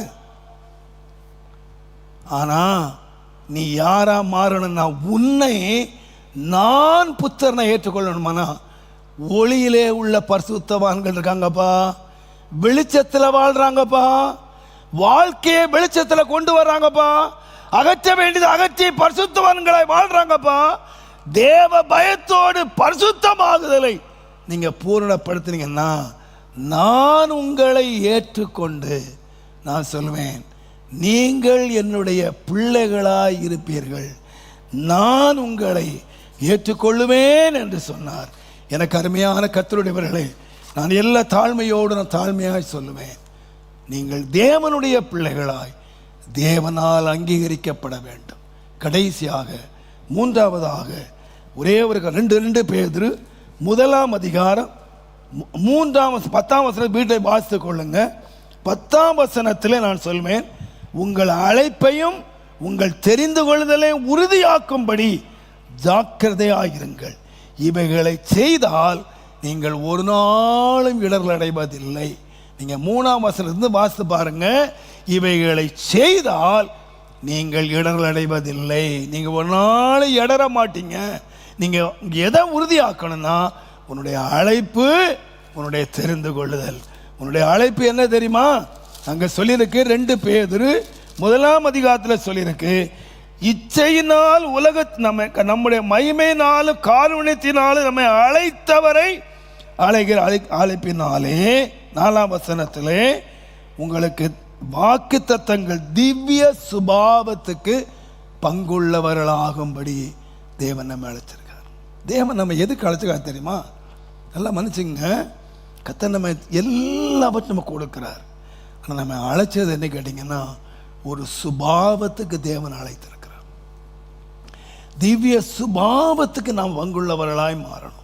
நீங்கள் வேதத்தை வாசித்து பார்த்தீங்கன்னா 1 கொரிந்தியர் 2ஆம் அதிகாரம் 14ஆம் வசனத்தில் ஜென்ம சுபாவம், யாக்கோபு 3ஆம் அதிகாரம் 7ஆம் வசனத்தில் மிருக சுபாவம். நல்லா கவனிங்க, நமக்கு எல்லாருக்கும் என்ன இருக்குன்னு கேட்டீங்கன்னா, ஜென்ம சுபாவம்னு ஒன்று இருக்கு. தெரியுமா உங்களுக்கு? எல்லாருக்கும் இருக்கு, எனக்கு இருக்கு, உங்களுக்கு இருக்கு, எல்லாருக்கும். நம்ம ஜென்ம சுபாவம் இருக்கு பாருங்க. சொல்லுவாங்க இது பரம்பரை புத்திங்க. அவன் அப்பனுக்கும் கோபம் மூக்கில் தான் இருந்துச்சு, பிள்ளைக்கும் கோபம் மூக்கில் தான் இருக்கு. இது ஜென்ம சுபாவங்க. இது அப்படியே ரத்தத்தோட வந்தது. சொல்லுவாங்க பாருங்க, அப்பனை போல இருக்குங்க புள்ள. எதுல? புத்தியில. அப்படியே புத்தி. அவங்க அப்பனும் அப்படியே சுத்திக்கிட்டு இருந்தான், இவனும் அப்படியே சுத்திக்கிட்டு இருக்கான். இது ஜென்மம். இது மனிதனுக்குள்ள ஜென்ம சுபாவங்க. இந்த ஜென்ம சுபாவம் அழியணும். நீ எதுக்கு அழைக்கப்பட்டிருக்கிறன்னா உன் சுபாவம் மாறுறதுக்கு, திவ்ய சுபாவத்துக்கு பங்குள்ளவர்கள். நீங்க நினைச்சுக்காதீங்க தேவனுடைய நாமத்துக்கு மகிமை உண்டாவதாக. பிரதர் எல்லாத்தையும் மாறிட்டாங்க பிரதர், துணி மாறிச்சு, உடை மாறிச்சு, எல்லாம் மாறிச்சுங்க. ஆனா என்ன மட்டும் மாறல, புத்தி மட்டும் மாறல. பிரதர் நம்மை தேவன் அழைச்சது தெரியுமா? நம்முடைய ஜென்ம சுபாவங்கள் மாறணும். நீங்க 1 கொரிந்தியர் 15ஆம் அதிகாரத்தில் வாசிங்கன்னா, ஜென்ம சரீரம் விதைக்கப்படும், ஆவிக்குரிய சரீரம் எழுந்திருக்கும். சுருக்கமா சொன்னா ஜென்ம சரீரம் சாகுனாதான் ஆவிக்குரிய சரீரம் எழும்பும். மறுபணம் என்னங்க? இமை பொழுதுல மாறுறாங்க. என்னங்க மாறுறது? உன் ஜென்ம சபையம் மாறணும், உன் ஜென்ம சுபாவம் மாறணும். உனக்கு தெரியல உன் ஜென்ம சுபாவம் என்னன்னு உனக்கு தெரியும், உன் பரம்பரை புத்தி என்னன்னு உனக்கு தெரியும். அது மாறணுங்க. மாறி ஒருவன் கிறிஸ்துவுக்குள் இருந்தால் புதிய சிருஷ்டியா இருக்கான். பழையவைகள் எல்லாம் அதே பழைய பேச்சு, அதே பழைய சண்டை. அவங்க புத்தியில கொஞ்சம் கூட மாற்றம் கிடையாதுங்க. அந்த புத்தி அப்படியே இருக்குதுங்க. 25 வருஷம் விசுவாசிங்க புத்தியில மாறல. வேணுமான காத்துல இல்ல, கழுத்துல இல்ல, எதுலையுமே இல்ல, நல்ல ஒயிட் ஆயிடுச்சு. ஆனா புத்தி மாத்திரம் அது பழைய புத்தி அப்படியே இருக்கு. வாயும் மாறல, பேச்சும் மாறல, எதுவுமே மாறல.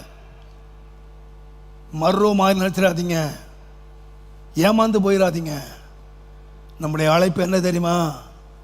சுபாவம் மாறணியா. ஒரு தேவ மனுஷன் சொன்னாரு, நான் தேவனை அறிய முன்னால சிங்கம் மாதிரி இருந்தேன், ஆனா தேவனை ஏற்றுக்கொண்டேங்க. என்ன தேவன் ஆட்டுக்குட்டி மாறி மாத்திட்டாருங்க. என் ஆட்டுக்குட்டி மாறி மாத்திட்டாரு. என் சுபாவம் மாறிச்சுங்க. இப்போ நீங்க சொல்ல முடியுமா சிஸ்டர்? சொல்ல முடியுமா? உன் புருஷன் சொல்லுவானா உன் சுபாவம் மாறிடுச்சுமா? உன் மனைவி சொல்வாளா என் புருஷனுடைய சுபாவம் மாறிச்சையா? அது மாறுமானால்தான், அதுதாங்க மறுரூபம், அதுதாங்க மேலே போகிறது. ஜென்ம சரீரம் விதைக்கப்படும், ஆவிக்குரிய சரீரம் எழும்பி மேலே போகும். ஜென்ம சுபாவம் மண்ணுக்குள்ளே போகும், ஆவிக்குரிய சுபாவம் மேலே போகுங்க. நீங்கள் நினச்சிக்காதீங்க எக்காலம் துணிக்கும் நம்ம எல்லாரும் மேலே போயிடுவோன்னு. ஜென்ம சுபாவம் உள்ளவனது அறியான். சுபாவம் மாறாம நாம தேவராஜ் சந்திக்க முடியாது ஐயா. அங்க தேவன் தெய்வீக சுபாவத்தில் தம்முடைய சுபாவத்திலே பங்குள்ளவர்களாகும். இவைகளை செய்தால் நீங்கள் இடர மாட்டீர்கள். நீங்கள் கீழ்ப்படிந்தால் இடர மாட்டீர்கள். நீங்கள் வெளிச்சத்தில் நடந்தால் இடர மாட்டீர்கள். இவைகளை செய்தால் நீங்கள் இடர மாட்டீர்கள். கண்களை மூடுங்கள். எங்கள் அன்பின் ஆண்டவரே, ஜீவவசனத்தை பிடித்துக்கொண்டு சுடர்களை போல பிரகாசிக்கிற நீங்கள் இடரலற்றவர்களாய் இருக்கணும் அப்படின்னு பவுல் ஜெபம் பண்ணாரப்பா. அந்த ஜெபத்தை நானும் பண்றேன் ஆண்டவரே, என் வாழ்க்கையில பண்றேன்ப்பா, இந்த திருச்சபைக்காக பண்றேன். ஒரு கால இடர்கள் அடைய மாட்டேன் என்று சொன்னவர்கள் ஆண்டவரே எல்லாரும் இடறி போயிட்டாங்கப்பா. மறுதலிக்க மாட்டேன்னு சொன்னவங்க எல்லாம் மறுதலிச்சாங்க. காட்டி கொடுக்க மாட்டேன்னு சொன்னவங்க எல்லாம் காட்டி கொடுத்துட்டாங்க. இந்த கடைசி காலத்தில் வேதத்திலேயே எங்க இடர பண்ணிக்கிட்டு இருக்காங்கப்பா. செய்ய வேண்டாம், நடக்க வேண்டாம், கீழ்ப்படிய வேண்டாம் என்றெல்லாம் சொல்லி வேதத்தை கொண்டு பிரசங்கிக்கிறாங்கப்பா. கண்ணோக்கி பாருங்கப்பா. எங்கள் வாழ்க்கை ஒரு கீழ்ப்படிதலின் வாழ்க்கையாய், எங்கள் வாழ்க்கை வெளிச்சத்தில் நடக்கிற ஒரு வாழ்க்கையாய், எங்கள் வாழ்க்கை திவ்ய சுபாவத்திலே வளர்கிற ஒரு வாழ்க்கையாய் இருக்க இரட்சகா எங்களுக்கு அனுக்கிரகம் செய்து உதவி செய்து உம்முடைய நாமத்தை மகிமைப்படுத்தும் ஆசீர்வதியும். பூரண கிருபை உண்டாயிருக்கும்படி அடியான் ஜெபிக்கிறேன். பலத்த கரமாளுக செய்யட்டும். இயேசுவின் நாமத்தில் பிதாவே.